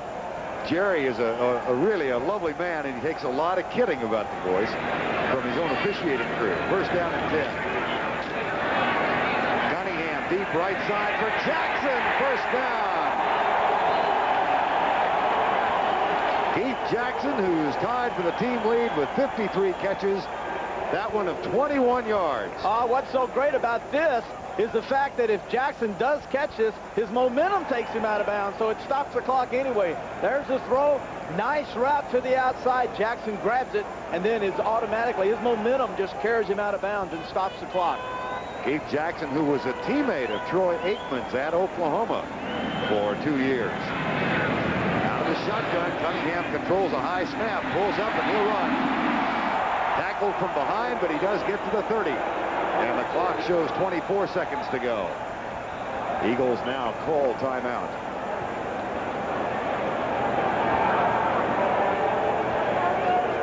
Where were the spies? No spy that No time. spies. This is the one time where the success that Cunningham had throwing deep to the outside may have taken away the spy. They're feeling that he can't run it down there and beat us. He'll have to throw it. So therefore, there was no spy, and now Cunningham runs it. Man, you never know, do you? It's been kind of curious with the clock problems here to Terry. The 45-second clock wasn't operating, but take a look at this. That is the clock behind the Eagle bench. It says the time is 2:32. Now, how about behind the Cowboy bench? Whoops. There you go. You travel from this side to that side, and you lose a couple of minutes. Well, it's a time zone thing, maybe. Yeah. The left side. They're on Eastern time over there. Exactly. This is Western Eastern time over here. So we got 2:31 in Eastern Philadelphia And it's 2:33 in Western Philadelphia. Now this is a chance now where Cunningham is having success throwing to the outside. One area that will not be there will be the post, so it'll be interesting. Will he throw to the outside again? Knocked down, flag there. Everson Walls. That's the third pass interference call on the Cowboys in the first half. Pass interference, number 24 defense, first down. Everson, who has not made an interception this year, has led the league in interceptions 3 times in his career, but zip in '89. Jackson takes his man deep, and then Walls goes over the top of Byers. Cunningham throws the ball so hard. I got to believe that he is the one responsible for causing Everson Walls to come in early, because he says, I got to get there quick, because Cunningham drills it so hard. That time he beat Cunningham to Byers. 10 of 17 for 95 yards. The Eagles are out of timeouts. See the 3-man rush. Cunningham deep left side. Overthrows Ram Jansen.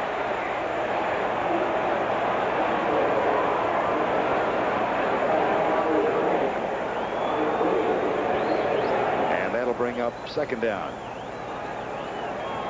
Now you have no choice, Vern. No timeouts remaining. 15 seconds left on the clock. Second down. Now you got to try to get the football. You can't unless if you complete the ball inside the 10-yard line and it's a crossing route and they get tackled. Hard time for a quarterback to get up and then get his team and then take the snap and kill it. So I think Cunningham is going to have to try to get the ball into the end zone. Out of the shotgun on second down. 3-man rush by the Cowboys again. Cunningham will run. He pulls up. Tries to get out of bounds and does. And that stops the clock with 6 seconds. Ron Francis with the tackle. Jimmy Johnson with the stare. And a pretty good effort by Cunningham to make sure he killed the clock. Well, he noticed now that he noticed to the outside. He sees there's coverage to him on the outside, and he says, well, I've got to get out of bounds. He made an attempt to leap over Everson Walls and then pull himself back down and then was able to get out of bounds. Had he leaped, he would have not gotten out of bounds. Walls would have kept him in bounds. Ruzak's last attempt was blocked by Everson Walls. This was a 29-yard effort. That one's good. So the lead is back to 14 as the former Cowboy Roger Ruzak, who was cut by that man, Jimmy Johnson, gets his first field goal of the day and makes it 17-3 with 2 seconds to go. Randall Cunningham, 10 of 18 for 95 yards, but an impressive run with the effort to make sure the clock was killed. Yes. Randall, who said, I'm still not sure whether he was teasing or serious. He was upset with George Young and Bill Parcells of the Giants before last week's game. He had extra incentive to play well against New York because he had been watching a show produced by NFL Films, and neither George nor Bill Parcells called Randall a legendary quarterback. He's in his 5th year in the league. Well, you don't become a legend in 5 years, maybe 6, but not 5. If you want to be a legend, you're going to have to put some rings in the city, and those rings come from winning Super Bowls. And I don't think Randall got upset. I don't think anybody's that immature that he would be upset because someone didn't call him a legend. I can't even fathom that, my thinking, and you know how that is sometimes. But he's an excellent quarterback, phenomenal talent that has all the makings of one of the truly great ones. But only time will mark whether or not Randall Cunningham is indeed a legend. Right now, no, he's not a legend. I'm sorry. Maybe he's going to be mad at me now, but he's not a legend. 2 seconds to go. To the 5. Out to the 33-yard line. Chris Carter has caught two touchdowns today. One from Cunningham, one from Kavanaugh. Jimmy Johnson. And the Cowboys trail by 14 as we're halfway through Bounty Bowl 2. CBS Sports coverage of the National Football League is sponsored by Radio Shack, your Christmas electronics toyland. Allstate, for home, auto, and life insurance.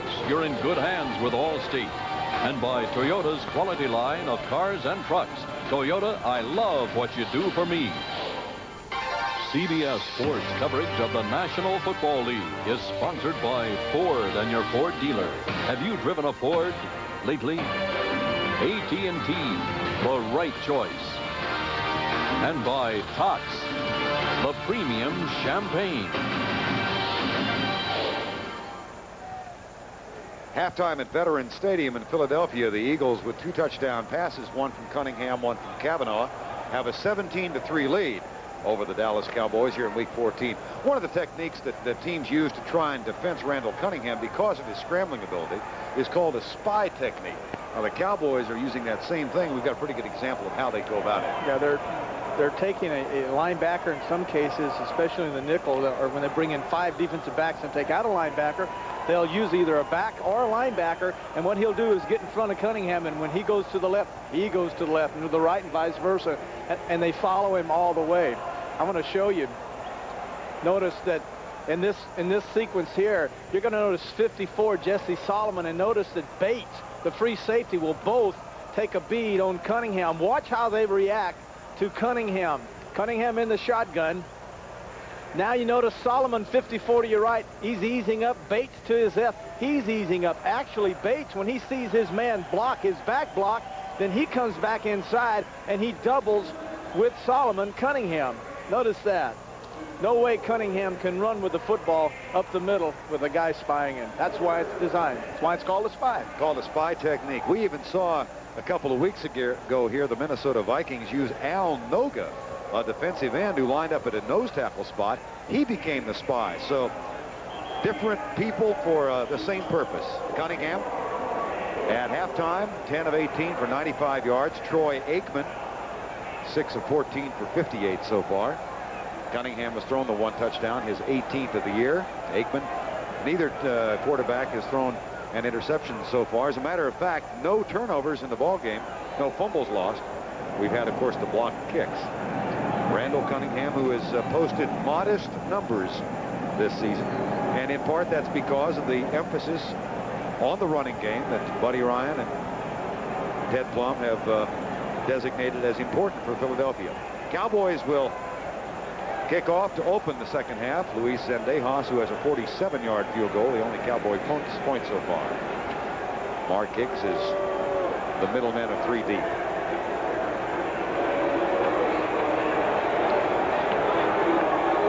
And there's Jesse Small again. Lost the bandana.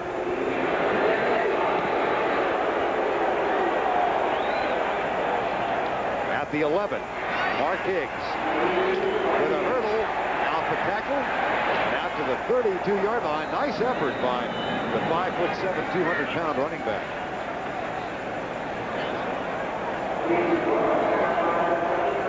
In the first quarter, these two teams played on more or less an even keel. Total yardage just a 21-yard advantage to the Philadelphia Eagles. No points.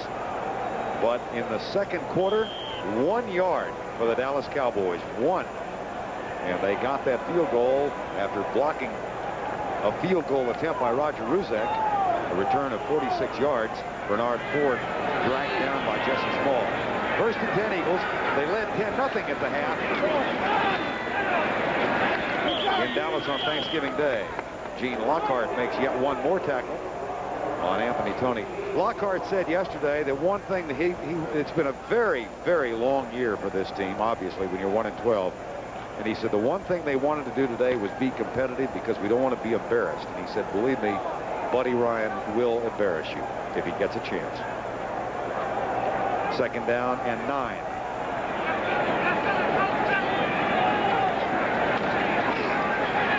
Cunningham lets it go. Toney with the catch. Stuck in the grass. Whoa. Whoa. And now, Terry, the floor is yours. Don't you love the rule? Thanks. Yeah, why are you giving me the floor? Because I know how you love this rule. I hate this rule, but it's one of those judgments.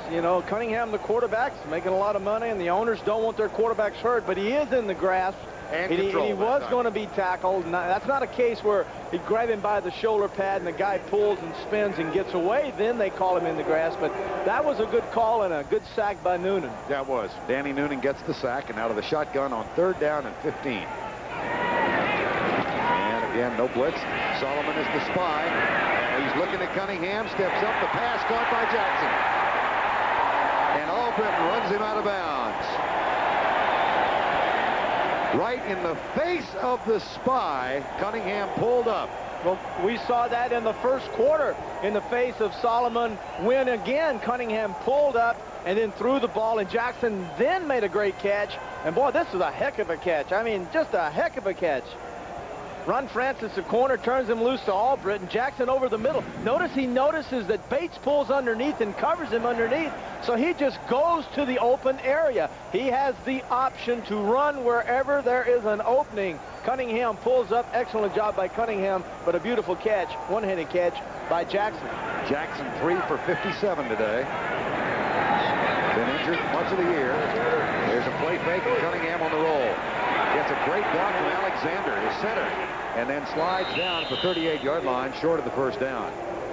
What a terrific block as Alexander peeled back and got Dean Hamill out of the way.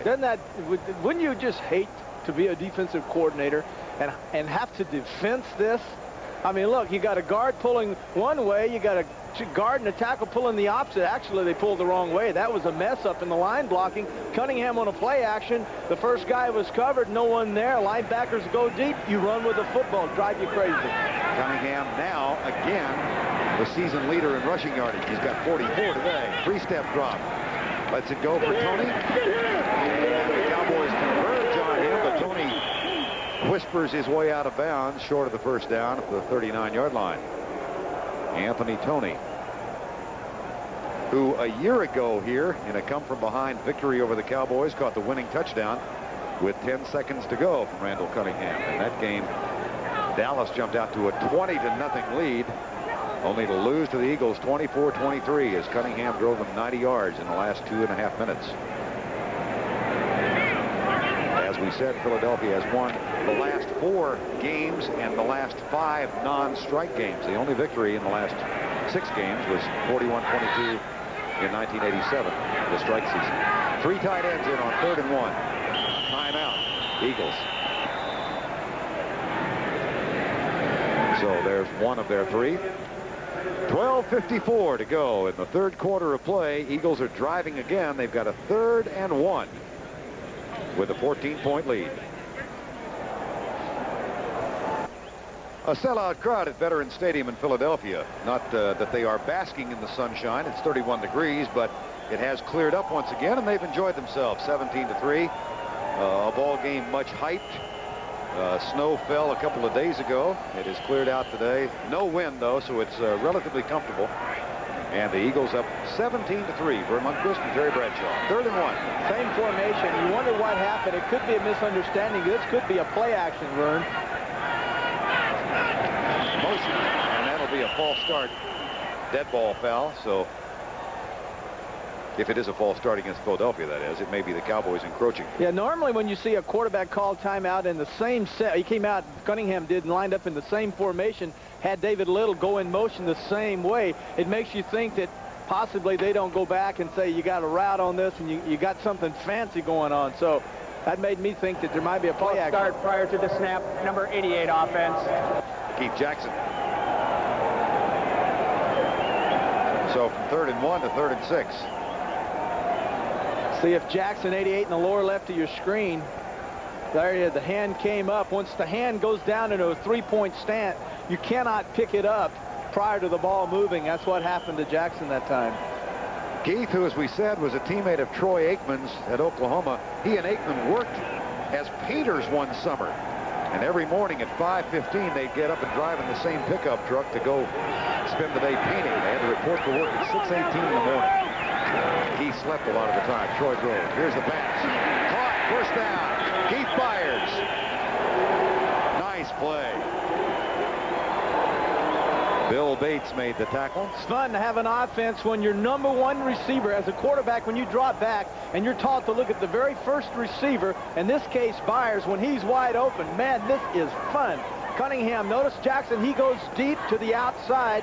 Carter runs his man off, and now all you see is just Byers down, and then he breaks up inside of Bates, and he's wide open. Boy, that's fun offense to run. Byers came in with 53 catches, trailing Tom Rathman, and he's caught 4 today. So he's up to 57. That's Jackson's motion. Blitz is on. Danny Noonan makes the tackle for no gain, maybe a yard. Hey, Danny Noonan's playing in a whale of a game, and one of the reasons the Cowboys moved Newman from tackle out to end was because he's lost 20 pounds. And when you come in at 280, you play tackle. But when you weigh 260, you play defensive end. And they think now, being lighter, that they can utilize his quickness and the strength, which he automatically has, better will suit the Cowboys as an end. Second down, 11. Danny Noonan on injured reserve. First half of the season, Reggie White looks on as the Eagles operate out of the shotgun. Blitz. Byers. 3-yard gain.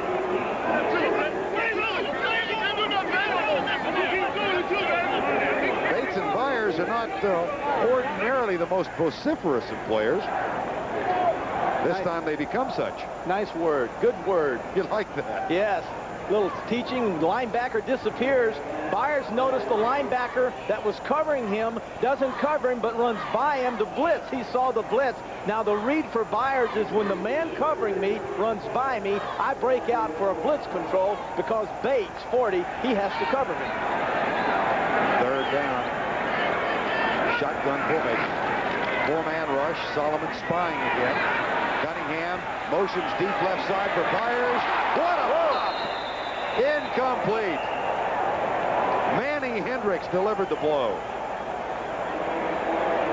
Great reaction.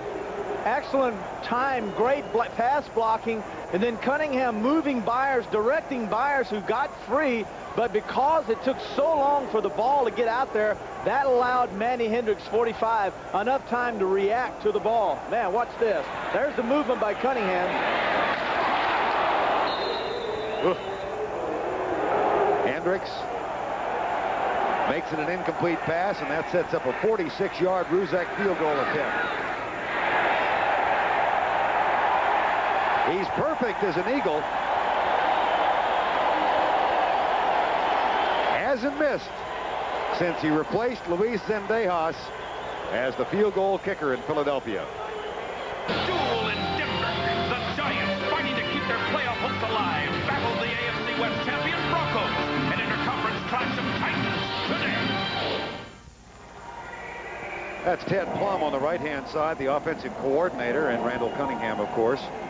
Ted, who has, at least for the moment, assumed some of the responsibilities held by Doug Scoville, the quarterback coach who passed away yesterday.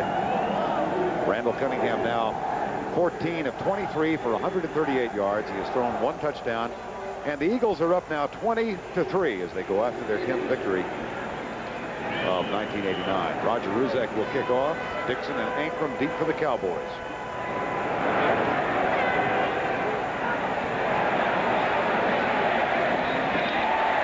That's a free ball into the end zone. Touchback. Smart play. Very smart. Jesse Small is right there, and Scott Ankrum, the 12th round draft choice, downs it in the end zone. We have been joined in the booth by the new commissioner of the National Football League, Paul Tagliabue, who took over from Pete Rozelle this year and is a guest here in Philadelphia. Paul, it's good to have you in the booth. Was your trip scheduled, or is this a part of the Bounty Bowl? No, the trip was scheduled the week before Thanksgiving. It's just a coincidence that I'm here today. Why don't you just give us a bit of an idea of what kind of an investigation you had to go through in this thing? Well, the staff interviewed Zendejas and other Cowboys players and coaches. Then they interviewed Eagles coaches, and then we did not interview the Eagles players until after they had played the Giants game. We didn't want to be disruptive in doing this investigation, so that was wrapped up this past week, and then we made our decision. The tape. Zendejas claims he has a tape that could be used to possibly bring a suit against Roberts, the special teams coach. Is there what's going to happen with that? Can you even pursue that? Well, I don't know. He wouldn't give us the tape that he says he has. You asked for it? Well, he told us only at the very end of the investigation that he had such a tape. Until then, there was no such tape. Then when we asked for it, he said he wouldn't give it to us. So I don't know what's on it if it exists. Yeah. Back to play for the moment. Here's the handoff. The Cowboys out to the 30-yard line. Paul, you have had a chance now to go on a series of these trips around the league. Have you met with everybody thus far? Well, I've met with all the owners and coaches in many of the cities, not all of the coaches, but a lot of them. And I've met with 4 player groups. You know, I met with the Steelers and the Eagles and then the Buccaneers and the Giants. And I'm trying to meet with some more of the players before the end of the season, which I think is very important. So I've been around to many cities, but not all. What is next on the agenda? Where will you travel next? Well, I don't know. I may be in Minnesota. I may be in Cleveland. As we get into the the key games at the end of the divisional races, I'm going to sort of play it week to week. It's kind of nice that this has been a calm football game. I know you're pleased with that. Well, let's hope it gets to be a closer football game. That's what we're always looking for. Boy, so are we. I can promise you that. Thank you, Paul, for being our guest. A couple of more touchdowns would help both sides. You bet. Thank you. Paul Tagliabue, the new commissioner of the National Football League. Thank you, Paul, very much. Back to play now. First down and 10 for the Cowboys. Photographs much shorter, doesn't he? I didn't realize that he was so tall. He's a little taller than you are. You know, I was kind of wanting to get on my toes a little. Basketball player at Georgetown. Yeah. Born number 33. Good for you, Vern. First down and 10. Handoff right side, Darrell Johnson. Reggie White.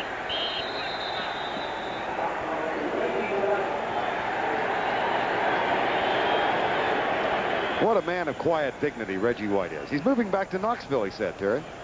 Going back to Tennessee and get back to his where he went to the University of Tennessee. And of course, I know Johnny Majors there, and he was telling us some stories that I couldn't use, but one of them was about how he used to pretend to be a dog when Johnny would have his foot stuck out of a car, and he'd run by and grabbed him and bark like a dog, and Majors about tore the place apart, but going to go back home.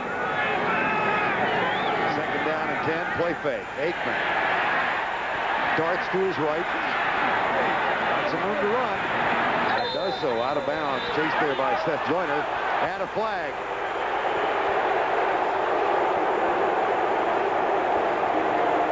Wrong sideline to be trying to pick a fight.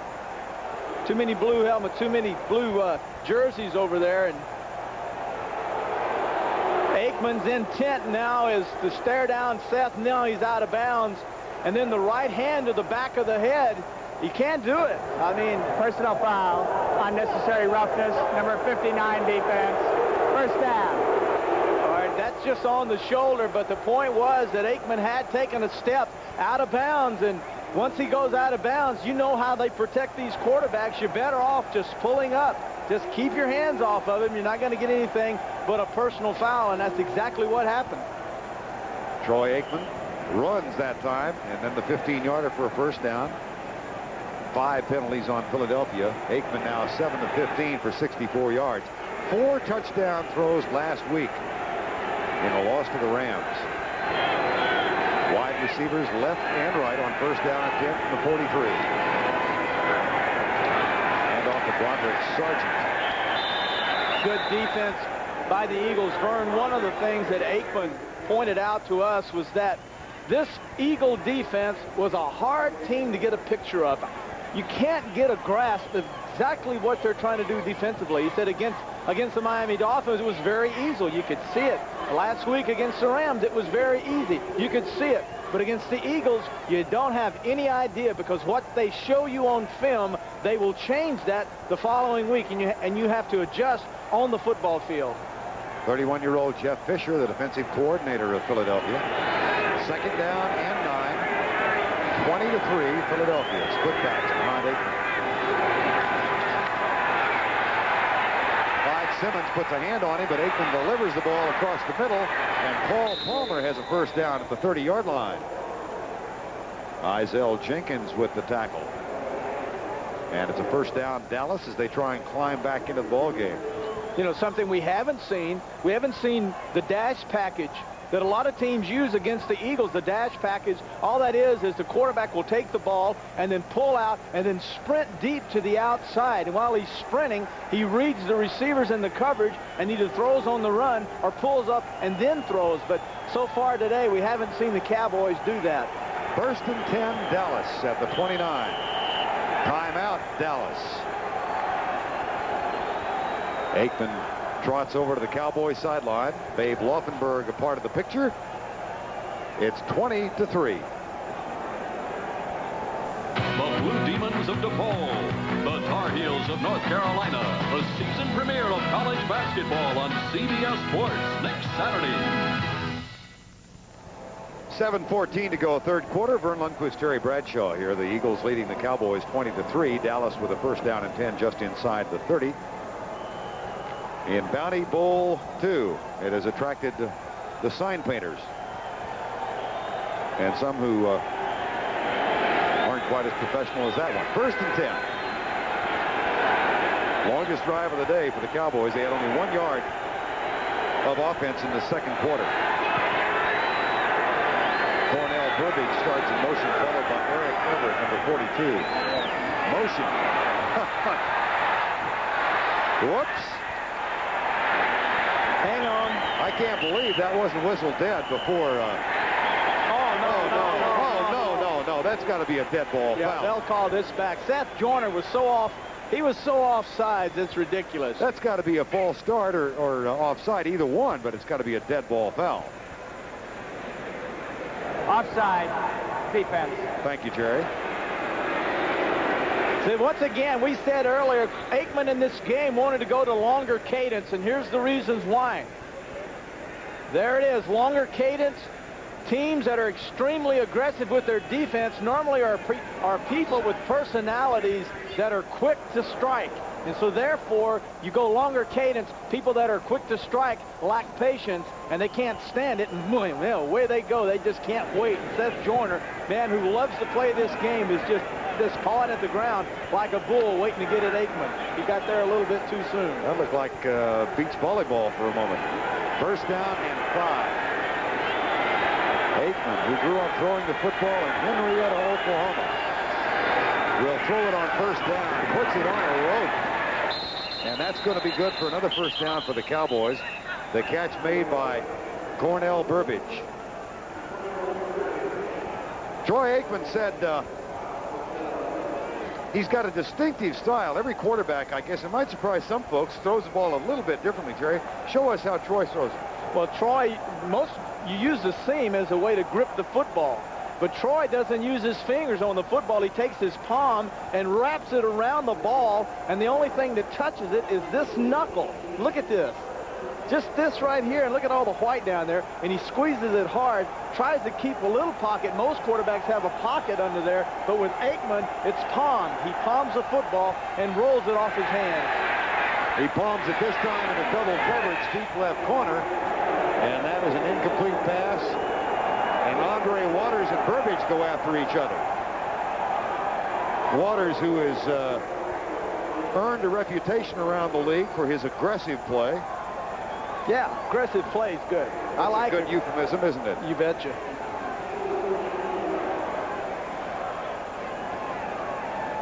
We'll find out here exactly what. Okay, there's the shot. While we saw it looked like Burbage, there might have been a kick. Burbage going out of bounds. There's the push in the back, but this ball can be caught, and there's the kick. Nothing wrong with that. That's just good defense. Second down and 10. Back split, play action. Aikman, Johnson, got a clear path. Touchdown, Dallas. Great call. Nice play fake. And Darrell Johnson. Man, oh man, what a great call. I'm going to tell you why. The pressure was on the linebacker. All Aikman had to do was read the linebacker. Notice everyone pulling. Now Aikman in the flat. Now, all of a sudden, the linebacker comes up, or the defensive end who's in control. If he goes for Aikman, Aikman drops the ball off. If he runs with the back, then Aikman runs himself. That's the third touchdown catch, second in as many weeks for Darrell Johnston. And Zendejas on for the extra point to cut the margin in half. 20-10, a most impressive drive for the Dallas Cowboys as Troy Aikman throws his 9th touchdown toss of the season. It's 20-10 Philadelphia.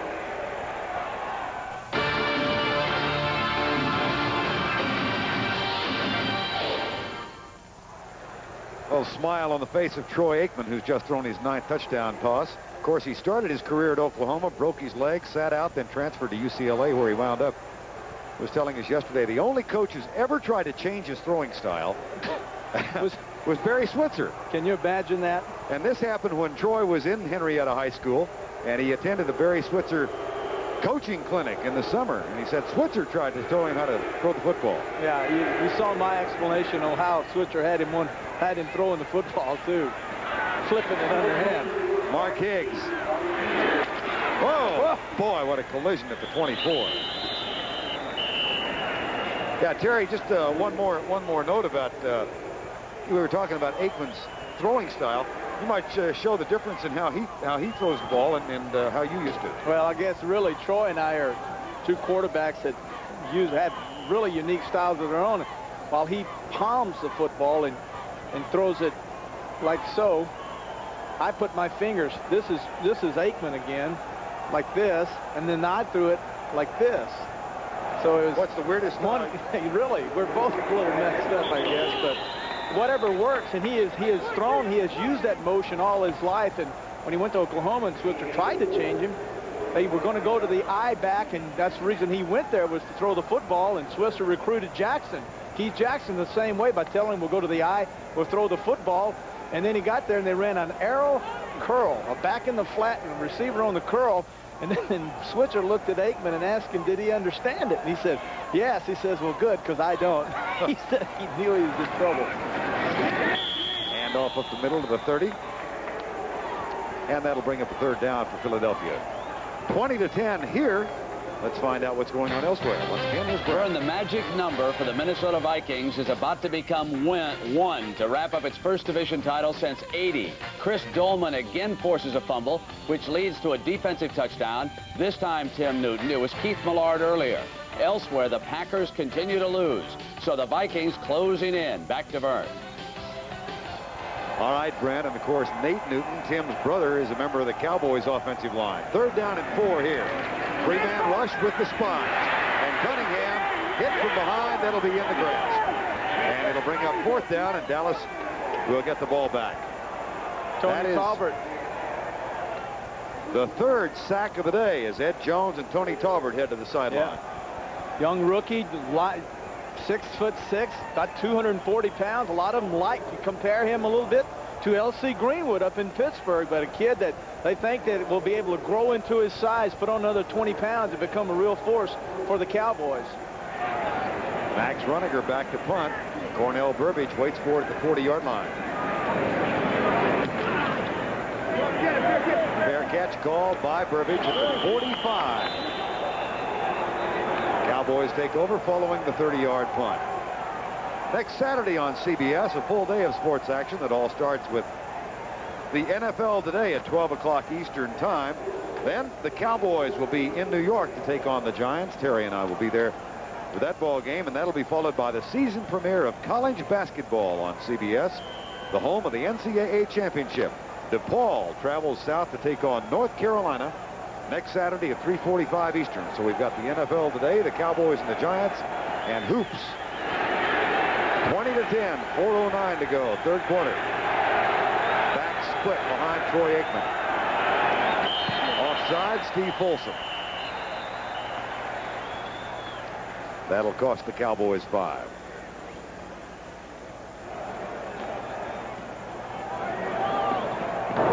False start prior to the snap. Number 85 offense, still first down. Minnesota rolls over Atlanta, as Brent told you, and Kansas City about to knock off the Green Bay Packers. Yeah, but they're just now getting into their area. That's right. They got that guy named Magic, and they don't really start playing, or they don't wake up till the 4th quarter. So I wouldn't get too carried away with that 21-3. I'd kind of sit back and watch what happens. First down and 15. Byron Evans, middle linebacker. Flag is down, so is Aikman. Clyde Simmons got a shot at him. And now Dave Wydell and Simmons start pointing fingers at each other. Reggie White is going to be holding Dallas, and I would expect 78.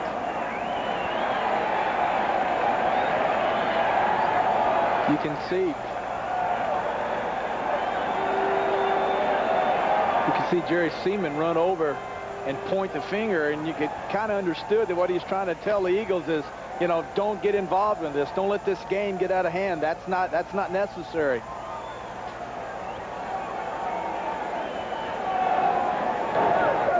Illegal hands to the face.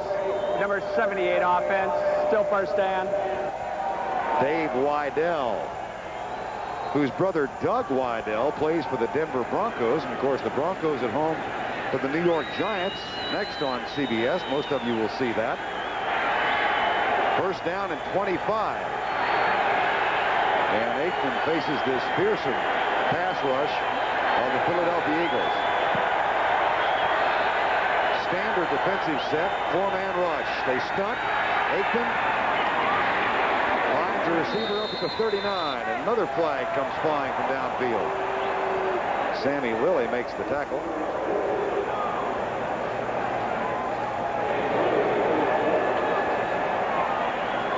Offensive pass interference. Well, Cowboys are just absolutely going backwards, starting out on their own 45 now, and with a 1st and 25, is, you know, they're just going backwards. Now we're looking at 1st and pass interference. Number 82 offense. Still first down. Well, that's Cornell Burbage. He got a little shot. That's how you get open, though, sometimes, you know, Vern. You put those hands out there, but my God, look at this. We're talking, what's that, 35 yards? Yep. Maybe they're trying to set themselves up for a Mike Saxon 91-yard punt. 1st and 35. That was a nice little safe screen pass look. Anything that's safe, do it. Yeah.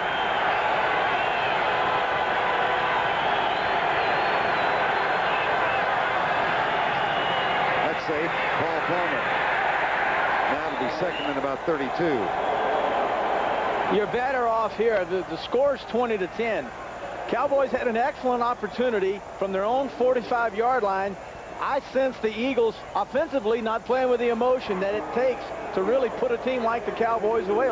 You've got to come out in the second half and really control, take the tempo early, and then put a young team away. Eagles haven't done that. Actually, the Cowboys have gotten a little life, but now through mistakes of their own, they've given the life back to the Eagles. 2nd and 34. 2nd and 34. Jimmy Johnson needs to dial in the University of Miami, where they overcame a 3rd and 43 against Notre Dame. That pass is incomplete. Troy Aikman. Yeah, one of the problems you have, too, with a young quarterback, but this line, as we started this game, had only given up 22 sacks. To really pick up big yardage against the Eagles, the areas that are open are the areas deep and over the middle. But that takes a lot of time, and sometimes you put a real burden on your young rookie quarterback when you ask him to hold the football for 4.5 seconds against the second-best sacking team in the National Football League. So far today, he's been sacked twice. Another one was wiped out by penalty. The area is over the middle on this defense, though. Aikman chased by Clyde Simmons. Ball is caught, but it'll be 4th down up at the 34-yard line. James Dixon makes the grab, so Mike Saxon will come on. That's a gain of 13. It'll be 4th and 21.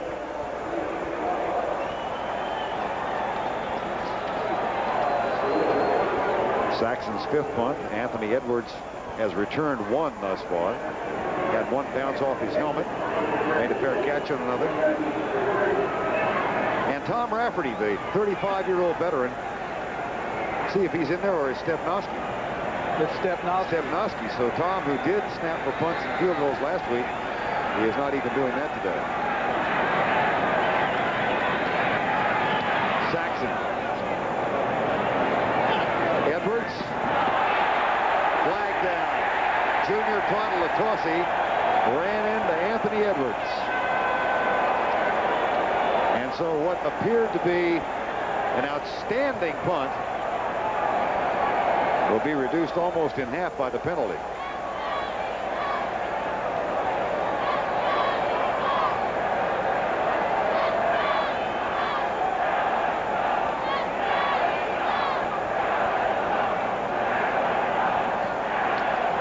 Well, Jerry Seaman's going to call a huddle. Yeah, you know what they do when they call these huddles, Vern?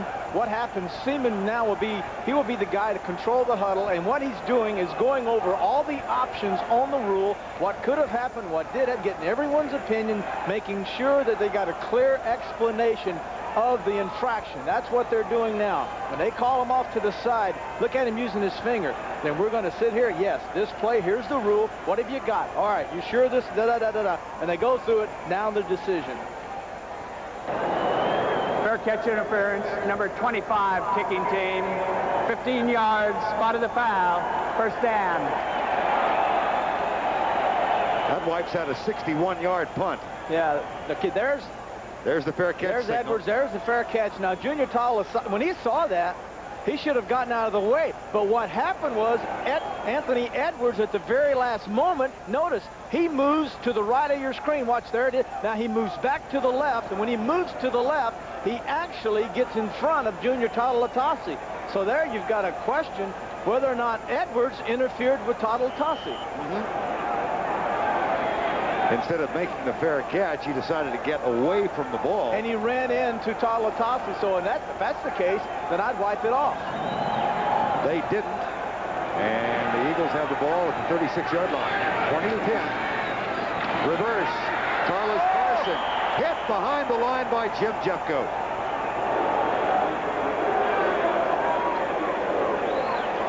Great job, penetration.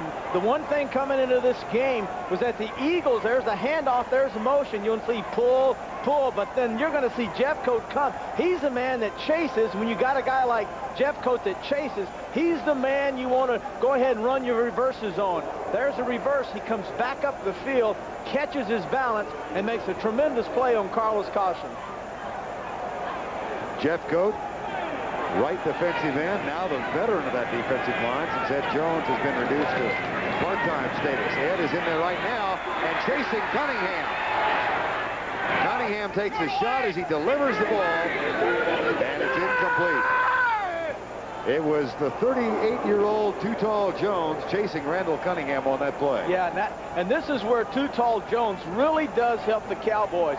Sure, he's not starting, but you know, he's got fresh legs, and he can still rush the quarterback. He has great quickness. He just can't do it for 4 quarters, maybe not even for 2 quarters, but he can come in when you need him and give a great burst off the block of Ron Heller. Now the speed. Hey, Cunningham can run, but look at this big guy right after him. Jesse Solomon joining Too Tall Jones. It's 3rd down and 19. Cunningham, right side, caught, and then bobbled, but regained control.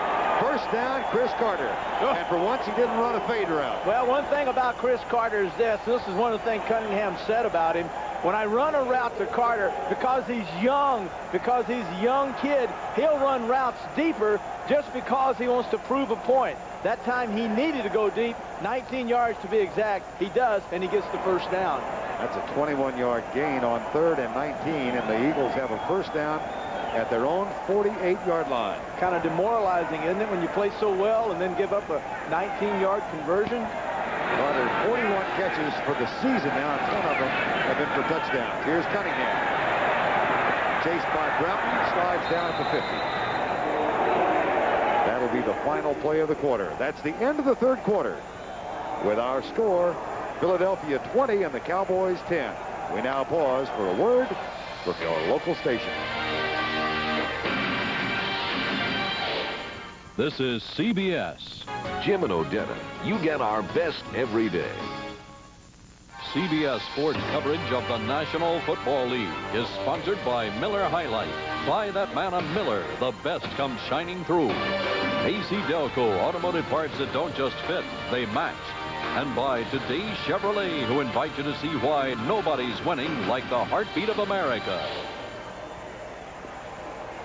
We began quarter number 4 at Veterans Stadium in Philadelphia, Pennsylvania. The Philadelphia Eagles going after their 10th victory of the year with 2 games remaining. They lead the Cowboys 20-10. Vern Lundquist and Terry Bradshaw.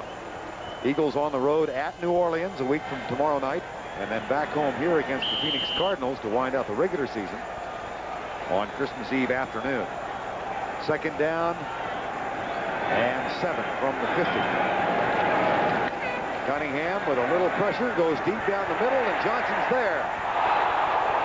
No play. The coverage from Ron Francis,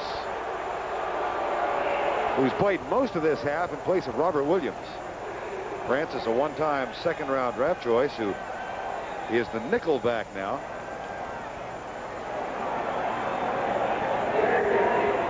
Johnson actually had a couple of steps on Francis. The ball, Cunningham is throwing with the wind, and I know as a strong-arm quarterback myself, I would rather throw deep going into the wind because I could control the tight spiral, and I would be more accurate. When you throw with the wind, the ball has a tendency to float. Here comes the rush blitz from the outside, and they've got to it.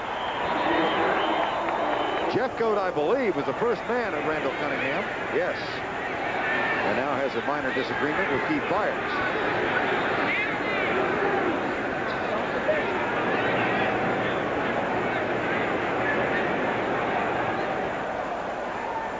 And that will be the 4th sack of Randall Cunningham today.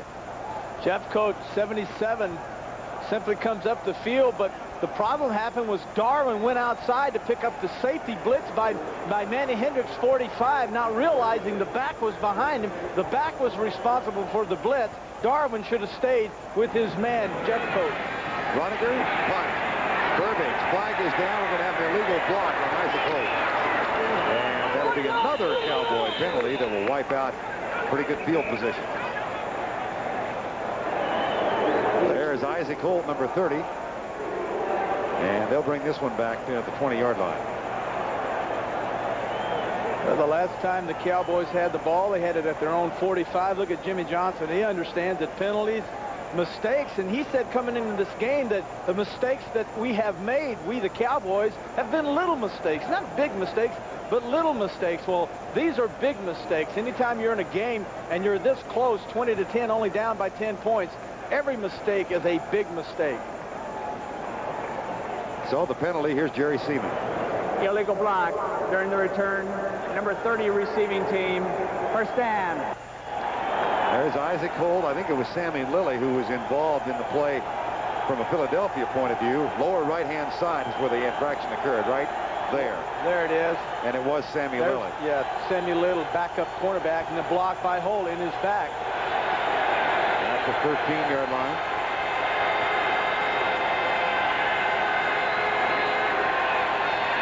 More snowballs come flying out of the stands. Aikman, 5-yard drop.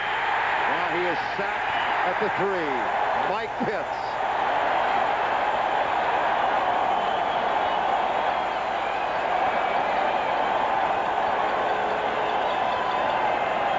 Pitts, right of your screen. Crawford Kerr has him. They're one-on-one. Pitts gave him a move to the outside, set up Kerr, got up underneath Kerr, then came back to the inside and got the sack. Once again, the one area you have to always be strong on as a pass blocking team is in the middle. Do not allow anyone to break the pocket down in the middle. In the outside, that's okay. 2nd down and 18. Back split. Snowballs coming out of the end zone. There's Johnston. This defense of the Eagles had a team meeting about 7 weeks ago, and in that team meeting, they said that we have to take the turnovers and the aggressiveness ourselves. Our offense isn't playing that well, and we've got to get out and make it happen. And today, they've done just that. They're playing with the emotion. In the meantime, I just saw Reggie White signaling to the crowd, the idiots up in that end zone, to please stop throwing the snowballs. Reggie was asking them to please stop, and they ignored him like they've ignored all other authority figures that are presumably up in that area. So the snowballs continue to fly. One almost hits Aikman as he rolls out to his right, and now he'll scramble and go out of bounds. It'll be 4th down as Aikman is out of bounds at the 11-yard line. Well, the point about the snowballs, Terry, is yes, they have helmets, but I think you were saying that all it would take is for one of the players to turn around and have those things hit him in the face. I mean, why? I don't understand thinking and the mentality of a lot of people. Yeah, you paid a lot of hard-earned money to come here and enjoy this football game, but these players, all they have is a face guard. If you hit a snowball on that face guard, it shatters, and then the breakup of the snowballs, if they have water in them, go into the eyes, and you can blind these players. This is ridiculous. I've never seen anything like it. Stop the game, maybe move it somewhere else, but it's crazy. It's getting out of hand. Mike Saxon with snow pelting down around him. Ricky Shaw hits Saxon. That'll be, whether it's running into or roughing is the key call now, because if it's running into, it will not be a first down. Running into. So Saxon will punt again. That is not an automatic first down. Ricky Shaw. Running into just means that you tried to avoid it, or you were blocked into the kicker. It's just a 5-yard penalty. Roughing the kicker is where you come straight on in, drive right through him, no matter what's happened, no matter the ball's even gone. Now that's a personal foul. That's 15 yards, and then it's a first down.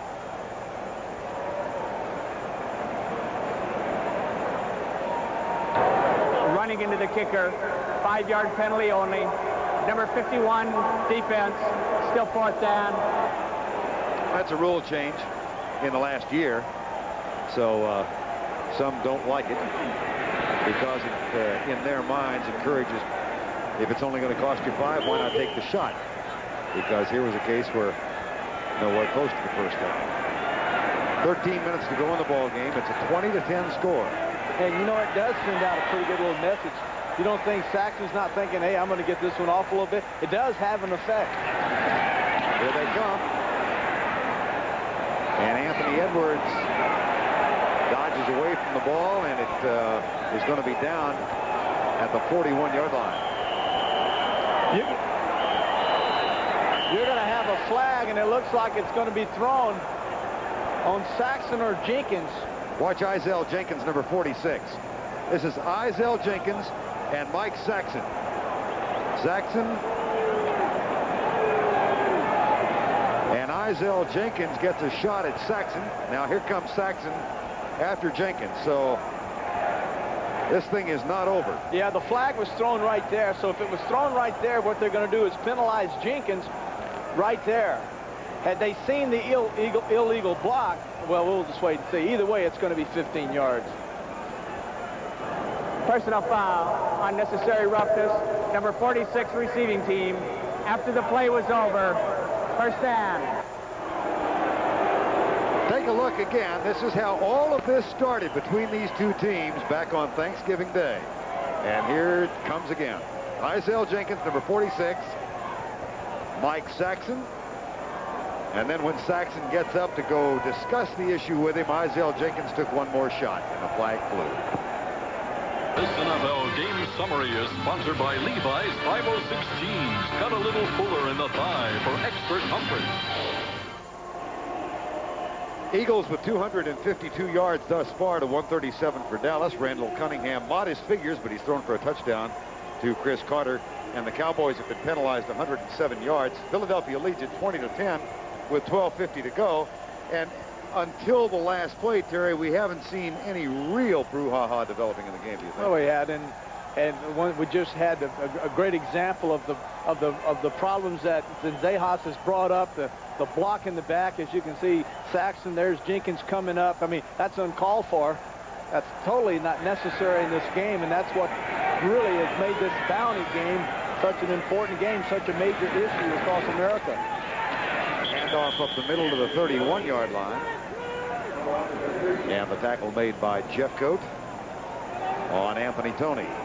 Let's recap the scoring for you. It all opened up when Chris Carter caught a 4-yard pass in the second quarter from Randall Cunningham. Then on a fake field goal, Kavanaugh, the holder, threw to Carter to make it 14-0. Zendejas kicked a 47-yard field goal to cut the margin to 14-3. And then just before halftime, 17-3 on Ruzek's 29-yarder. Made it 20-3 on a 46-yarder in the third quarter. Aikman hit Darrell Johnston to cut the margin to 20-10. Off the back foot for Jackson. And the flag comes.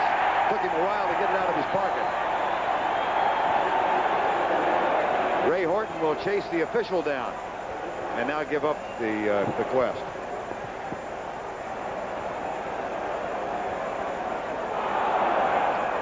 See, one of the things, Vern, that could help a lot. You can't allow Jackson a free release, and you do that, he has a head of steam up on Ray Horton, who is covering him. Now, left of your screen, Jackson down looking for the ball, and there's, well, I can't tell from that whether or not it was pass interference. But let's look again. Left of your screen, folks. There's Jackson looking to the inside. He's got his hand out. Pass interference. Number 88 offense. Still second down. Ray Horton's got his hand out. They both push. Well, it's offensive, so obviously that's why Horton gave up the chase. It was on Jackson. I'm sitting here thinking the whole time it's on Horton. And Horton thought it was on Horton. Yeah, I'm sitting here waiting to figure out, well, how could it be on Horton? When obviously now they say it's on Jackson. Oh, well. Second down and 16, shotgun formation, 20-10. Out of the shotgun, the handoff to Anthony Tony, who goes right and gets out across the 25 near the 27-yard line. Tony Talbert makes the tackle. Updating you, Minnesota, the Vikings rolling now, and they can pick up a game on Green Bay because the last half, the Green Bay Packers are still losing at home to Kansas City. Detroit leads Chicago by 10. Who'd have thunk it? Houston hangs on to Tampa Bay. Pittsburgh flanking the Jets thus far. And now a nut has run out of the field, and security cop takes it down. Best tackle of the day. And in order to avoid encouraging any more of these guys, well, there he is. He did what he wanted. He got on television, taken into the detox center. That's the, you know. Since we've shown you who he is, watch the tackle. Great tackle. I mean, this is look at this. Beautiful job. Good form. Drove the shoulder in him. Nice leg drive and pinned him on the turf. From the 26. Third down, 11. Blitz. Johnson nailed. It'll be fourth down. As he is sandwiched by Horton and Robert Williams. Cunningham's going to stay out and punt. He just motioned to the sideline that he wanted to punt. I wonder, it's his decision. If he wants to punt, he can punt. One of the reasons he can call this shot is because Buddy Ryan has called him the boss. This is the boss. I want everyone to know this guy can call whatever he wants to do. Cunningham said, I want to punt. Watch his style. It's a one-step approach, and then he booms it.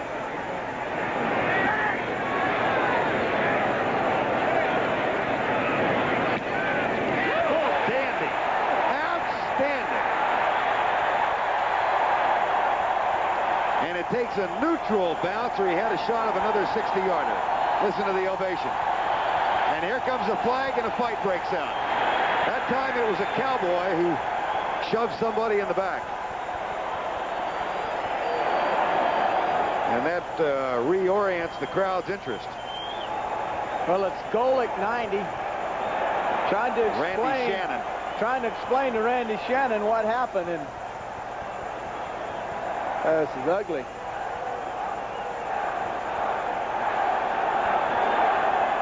Now watch Randy Shannon, number 94, on the right-hand side. Well, it was Mike Reichenbach who came at Shannon. And there's a shove in the back of Manny Hendricks. And Nate Newton went after Ricky Shaw. And it's the old domino effect. Let's all take somebody and take a shot at them.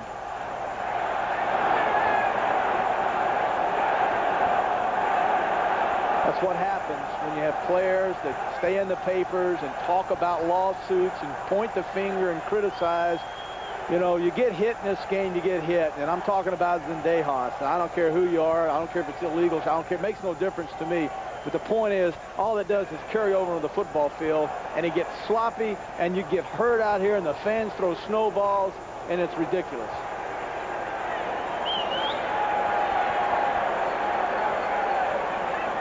This is going to be offsetting penalties, apparently, and I don't know whether we'll have ejections or not. If they keep throwing that much so many snowballs on this field, they're going to have to bring out that buggy. Sweeper, Personal foul. Pittsburgh. Unnecessary roughness. Number 94, Dallas. Personal foul, unnecessary roughness. Number 94 of the Eagles. Personal foul, unnecessary roughness. Number 55, Dallas. We have offsetting dead ball fouls. First down. And we just dodged another snowball. Yeah, we went just right over my head. Had one thrown into the booth here. If I had hair, it would have knocked it off. Time has been called. We'll be right back. Duel in Denver. The Giants, fighting to keep their playoff hopes alive, battle the AFC West champion Broncos and interconference clash of Titans today. We're back at Veterans Stadium, which has become a snow palace. Here's an example of what just came flying into our booth. Right over my head. And the thing I was talking about, look at this. Look at the water come out of that. That hit the player and the deal, it splatters and it's like a rock and it'll end up putting an eye out.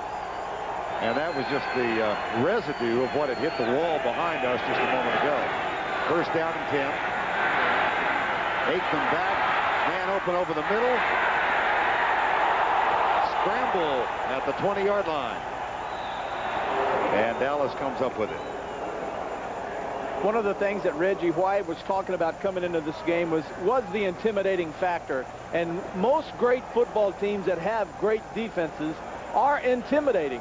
And I think there are ways of getting intimidation. You sack the quarterback a lot. You make great hits. You have hard special teams. And another one is illegal hit. Another one is, you know, cheap shots, if you will. I know we did it a lot. People were scared of us because they didn't know where we were going to hit them from.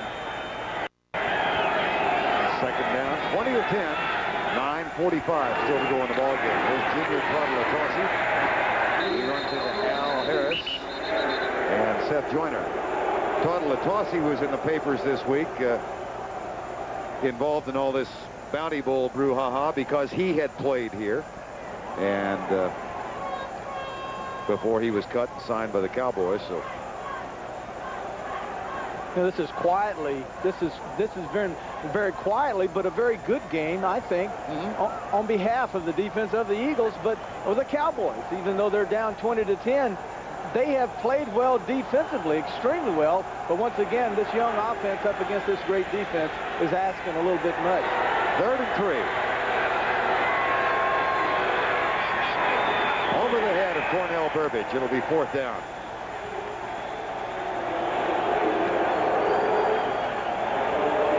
And Anthony Edwards drifts back to return the punt from the 40-yard line. Mike Saxon. I'm sure he'll have an eye peeled for Izell Jenkins this time down. Oh, you know, that's the thing that amazes. We saw Barry Hilton of the 49ers here, and Andre Waters was the guy that was actually spying on Barry Hilton, and he was hit, what, we count 4 times in a row, just like Izell Jenkins is doing today on Saxon. 4th and 3.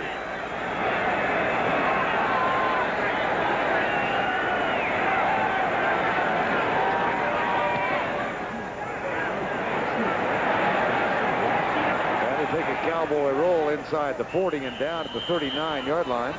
Cornell Burbage and Andre Waters mix it up a little bit, and then they get Cornell Burbage off the field. Time has been called. Philadelphia gets the ball back. 8:46 to go in the game.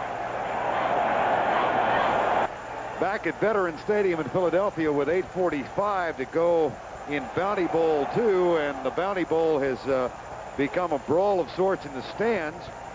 Down in the right-hand corner of the end zone, some of those who had been the recipients of short snowball throws in the lower portions of the stands got angry and turned around and started throwing snowballs back up into the stands.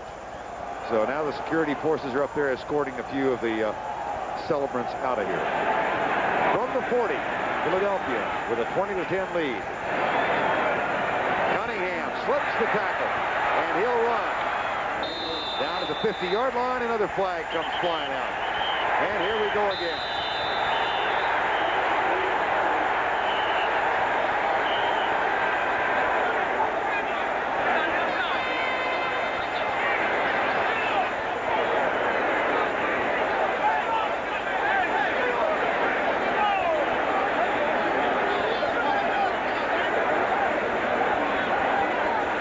Here's Cunningham.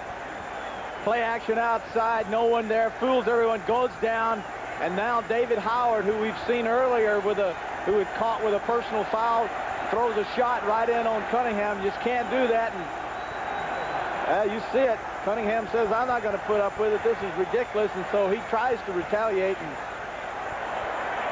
tell you, the kind of shot that was that Howard took, that might call for ejection. Buddy Ryan out on the field. Now he comes back.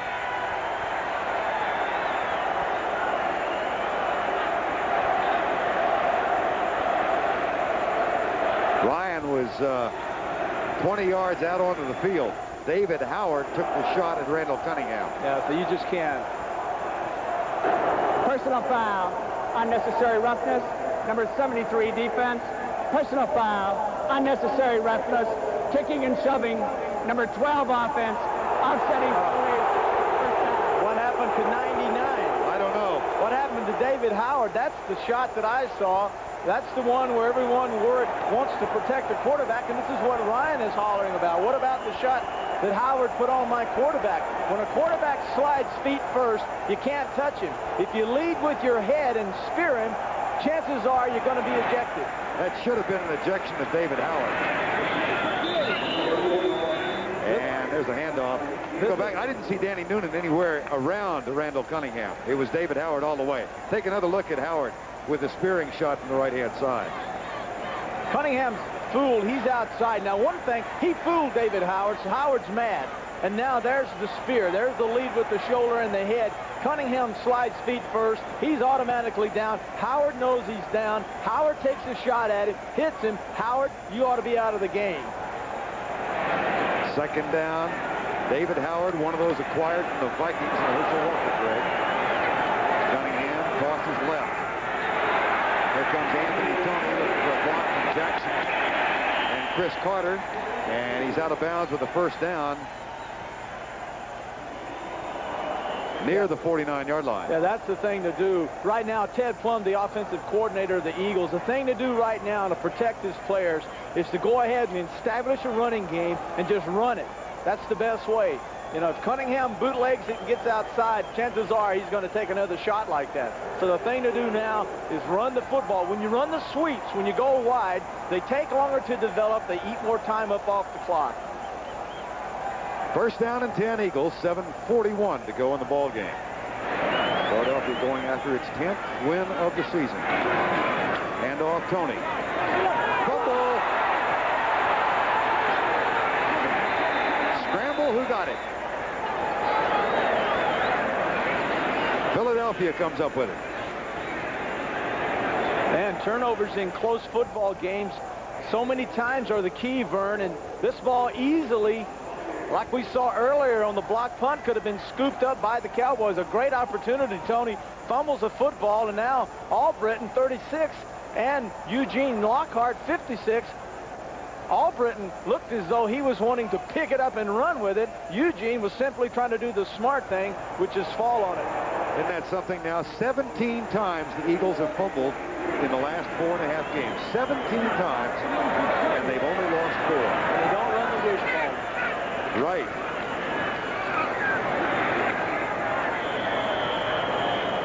Byers out near the 47-yard line. Of course, the Giants hoping to win here today and then go home and root on Denver, because the Giants, rather the Eagles hope to win here today. The Giants take on Denver. That's next on CBS, or some of you will watch Phoenix and the Raiders. The Giants in Denver, Pat and John are out at Mile High Stadium for that first meeting between the two teams since the Super Bowl. Right now, 3rd down and 12 with 6:15 to go in the game. 3rd and 12. Noonan over center. 3-man Dallas rush. Cunningham deep left side for Ron Johnson. A tussle for the ball with Robert Williams, and the pass ball is incomplete. It'll be 4th down. Man, what a great burst. Absolutely a great burst by Ron Johnson that time, because Robert Williams just had him stride for stride, and at the very last moment, you see 85 come out of the hole. Lower right of your screen. There's the hand over the right shoulder. That's all right. And then the last minute, the burst for the football. Almost made a great catch. Max Runniger will stay in, or come in and punt this time. 2nd and 10 for That one makes a Philadelphia roll inside the 15 and is down at the 12. 40-yard punt. Troy Aikman, of course, in his rookie season, the #1 draft choice in the 1989 draft. He is still looking for his first win as a quarterback. The one victory for the Cowboys came with Steve Walsh, his fellow rookie in there. How have others fared in their first season? Oh, look good. down there at the bottom in 1970. Thanks. Sick. I would. My eyes were just attracted right to it. Gee, 6 touchdowns, 6 of the 212. Why are Aikman and I? Why are we not in yellow? Why am I not in yellow? Hide me. That's to highlight you, not to hide you. I don't want to be highlighted. 24 interceptions. How did that happen? Man, I was terrible. I'm not kidding you. I should have gone back to college and got my doctorate. You overcame that. 24 interceptions your first season, 6, but you wound up 212 touchdowns. Well, the thing happened was, as you folks know, you get players around a quarterback, players that can play. This kid can play, and you get the players around him, you give him the defense that would allow him to be aggressive, and you'll see this kid climb right to the charge. Aikman will scramble, and he's got some room now. He slides down, and Eric Everett just reaches down and touches him. 5:37 to go in the game. A 17-yard run for Troy Aikman. The Chicago Bears have been eliminated from the playoffs. Well, didn't Ditka say that we may never win another game? We may not win another football game. And when you send that kind of message out to a football team, they look at their head coach and say, well, he doesn't think we'll win one, so let's don't win one. Detroit defeated Chicago 27-17. Here's Aikman looking across the middle. Fumble, and it gets a fortuitous bounce right back into the arms of Paul Palmer.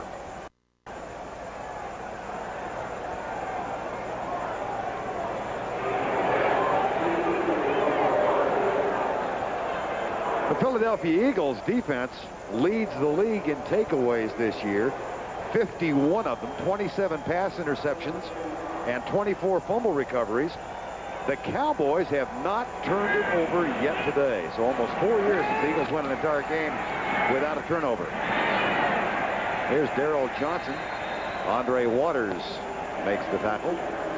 See, one of the things that's really going to help, this Darrell Johnson is a fine player, but his role will be in the future as the Cowboys get the running back that they want to be their tailback, and as the Cowboys get Kelvin Martin back and Irvin when they get him back and possibly get a tight end they'll build an offense around Aikman. This kid's got a gun. Hey, Cunningham can sling it, but this kid can sling it too. I mean, he throws a beautiful ball. 3rd down and 3. Blitz. Aikman back, left side, caught, 1st down Dallas. Good job. Steve Folsom, the tight end, very nice. Terry Hogue made the tackle on Folsom. Folsom played here in '81 with the Eagles, was released. Cowboys go without a huddle now on 1st down. 3:37 remaining in the ball game.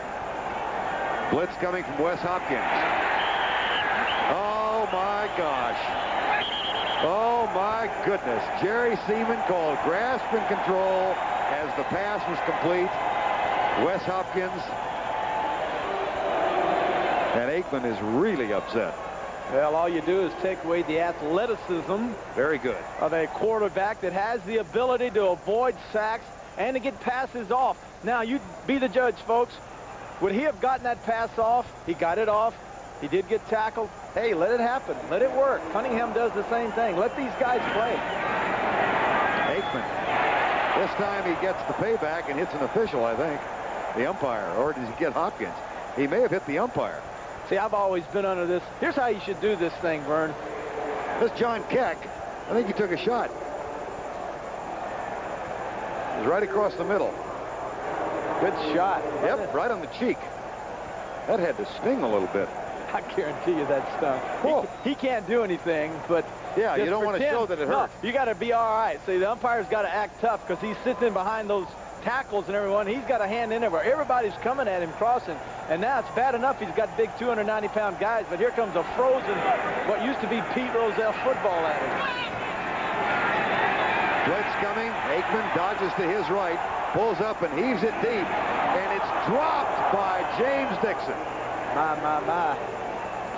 I mean, that is a catchable ball. Well, yeah, catchable. Yeah, when it hits you in the stomach, it certainly is catchable. Excellent job by Aikman. We're going to, first of all, look at Dixon coming inside. Slows down, sees the coverage, looks back again, now just goes back to the outside. An excellent throw by Aikman. You have to give credit to Dixon for finding the area, but the second time, when you get open, you got to make the big catch. 4th down, Dallas, 20-10. 3:06 to go in the game.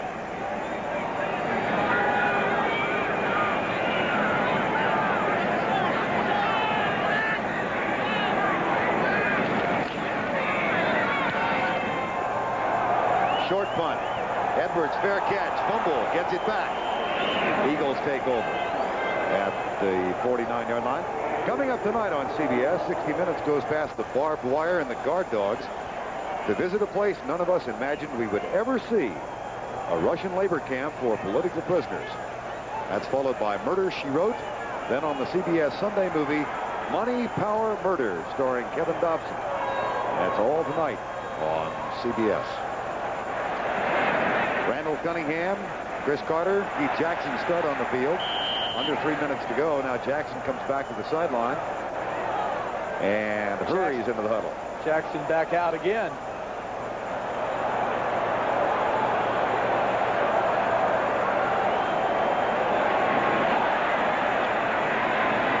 Cunningham pulls up and goes deep across the middle and complete. Mix up on the route with Ron Johnson. Yeah, I don't understand that call. 2:55. Why are you throwing the football? Run it. Yeah, let's get out of here. Don't do that. Don't throw the football, Ted.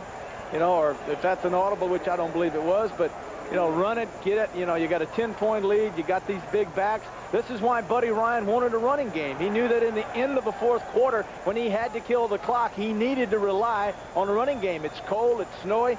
Don't throw it. Run it. Split backs behind Cunningham. 2:53 to go. Here's Cunningham back. They're trying to get another touchdown, Terry. They want as many as they can get. That's knocked down. Yeah, well, remember the controversy between these two organizations goes back to 2 years ago in the strike season when the Cowboys were coached by Tom Landry. They beat the Eagles, and Buddy Ryan was very adamant about not wanting to strike players here. This is before Jimmy Johnson got here. Dick Nolan, who's on the left, was part of the staff. But Ryan felt that Tom Landry had run up the score on him. In the repeat game here, with a big lead, Randall Cunningham knelt as if to run out the clock toward the end of the game, and then on the next play stood up and threw a touchdown to run up the score. The roar you hear in the background is another inebriated soul who is being taken down. That's number 2 for the day now. Well, what you're talking about, we're not going to show it. You're wondering then why the 2 passes. I just question why throw it. They're throwing it, so you have to wonder with a 10-point lead, you know, why do that? I don't. Yeah, that's the essential point. With they've got a 10-point lead and 2:47 to go, and they're throwing the football. I rather expect that Buddy Ryan wants at least one more touchdown. Well, the name of the game is scoring, and that would be his answer to that question. You know, he got to score, and it doesn't feel safe at 10 points, but I seriously doubt it. Myers. That's short of the first down at the 43-yard line.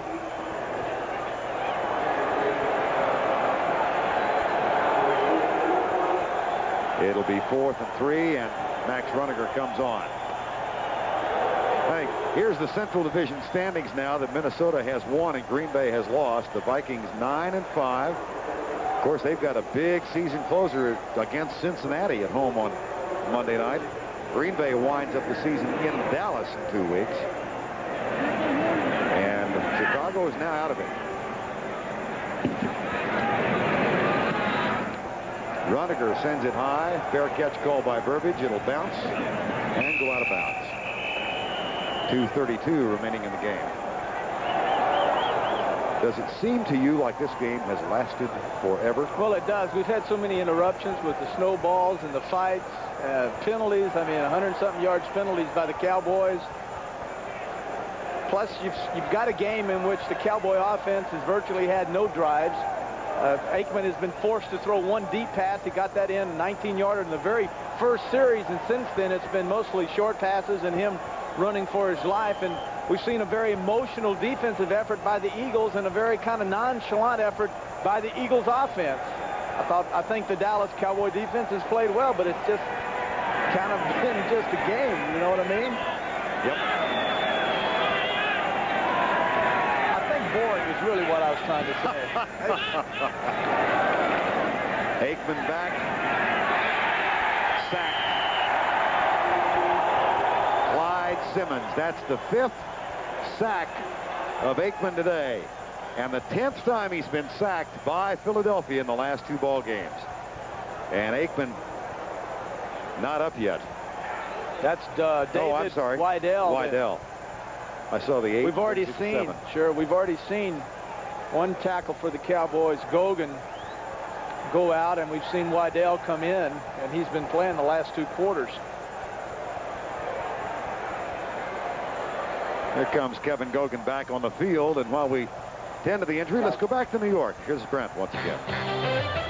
Well, Vern, let's take a look at what has happened now in the New Orleans-Buffalo game. An upset up there. The Bills could be in trouble, Vern. Interception, and this killed their last opportunity. The Saints ran the clock out. Now a final 22-19. Bills play San Francisco next Sunday. Back to Vern.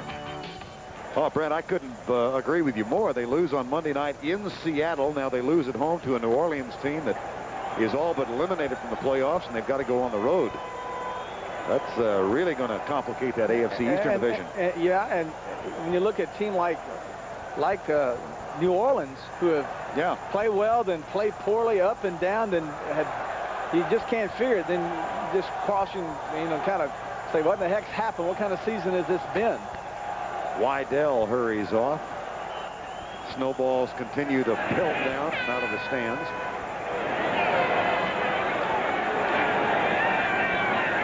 Gets under center. Stepnoski. Screen pass, left side. Caught by Claude Latossi, who's in trouble. It could be a safety. No. He will be ruled down at the 1-yard line. Ryan wants the safety call. Doesn't get it. Wes Hopkins. 2-minute warning. Philadelphia leads it by 10, 20-10. We'll be back for the final 2 minutes in a moment. While we were away, Jerome Brown, the defensive tackle of the Eagles, pleading with those few who remain in the end zone, let's cut it out with the snowballs. And it didn't help much. They still come flying out of the end zone. From their own 1, out of the shotgun, Troy Aikman. There's another snowball that falls in front of him.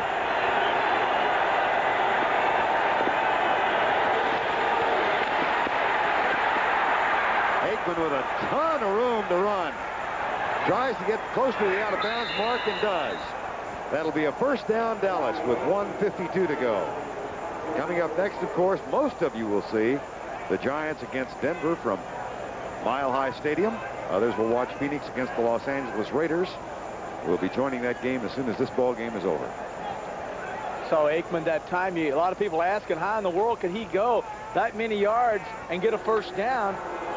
Now here comes another snowball. And the answer to that's very simply, when you play man coverage and receivers run streaks or way down the field, their coverage has to go with them, and no one is responsible for covering the quarterback. So when he got outside, Aikman had no one there. 25-yard gain. Aikman rolls out, sends it across the center, and it's caught at the 40-yard line. That's another Dallas first down. Bernard Ford makes the grab. Cowboys will go without the huddle now.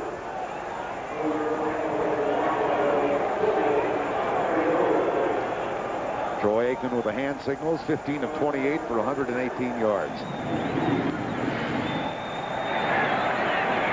Nice pass to the 40. James Dixon, another Dallas first down.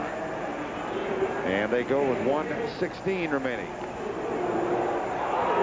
Ask yourself the question, how in the world does this happen at the end of the game? But all the Eagles are doing is let him have it, let him get it, let him move it, keep the clock going. Right. Fumble.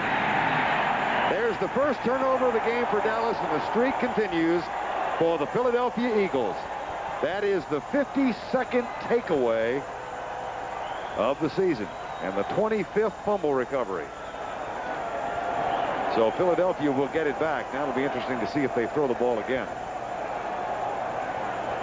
Stepnowski, a rookie center, started his first game last week, and one of the things that you just don't allow, you never have, quarterbacks and centers should never have a problem with quarterback exchange. And that time, I can't see what happened, but I would only think that either the snap was a little bit late and Aikman pulled out, or it was just a bad exchange for just no apparent reason.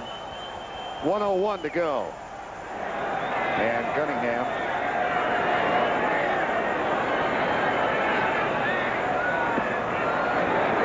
hands it off this time. Myers after the 43-yard line. The coordinating producer of the NFL on CBS is Charles H. Milton III. Today's game was produced by David Michaels. The game directed by Andy Kindle, and the executive producer of CBS Sports is Ted Shaker. Coming up next, most of you will watch the Giants against Denver, and others will see Phoenix and the Los Angeles Raiders. 54 seconds remaining, and timeout has been called by the Cowboys. They've got one left. Buddy Ryan's team about to win their 10th of the season and go 10-4. Again, they go to New York next Saturday. Other finals: Minnesota over Atlanta, Kansas City beat Green Bay, Detroit beat Chicago, Houston over Tampa Bay, Seattle leading Cincinnati by 7, and Pittsburgh blanks the Jets in New York 13-0. New Orleans edges Buffalo, as Brent showed you a while ago. Washington over San Diego by 5. Giants and Denver still scoreless in the first quarter, so are Phoenix and the Raiders. Second down and 7.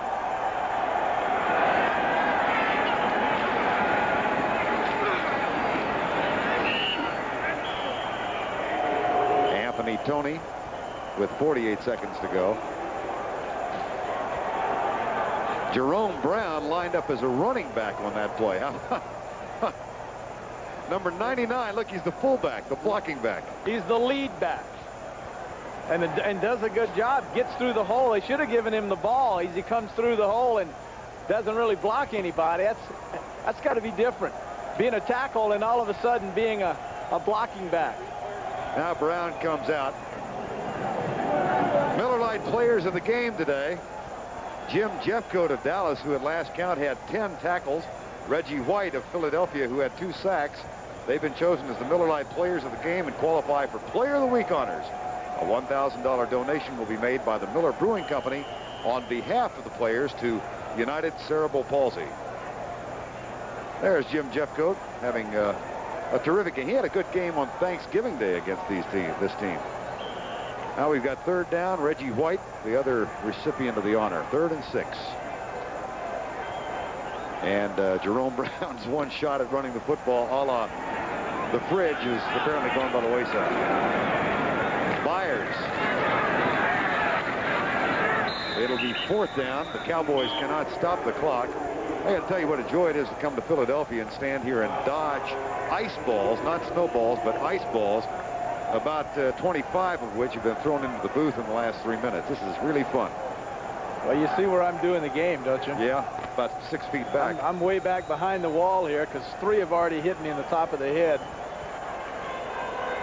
I had an abscess tooth and had a dental appointment last Monday that didn't last this long. You can see where we are, and then right below us, a group of about 6 or 7.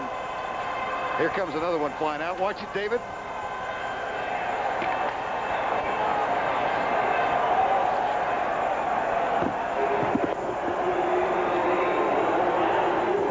Cowboys lose it. Philadelphia wins 20-10. Next Sunday on CBS, NFL action. CBS Sports coverage will continue after this.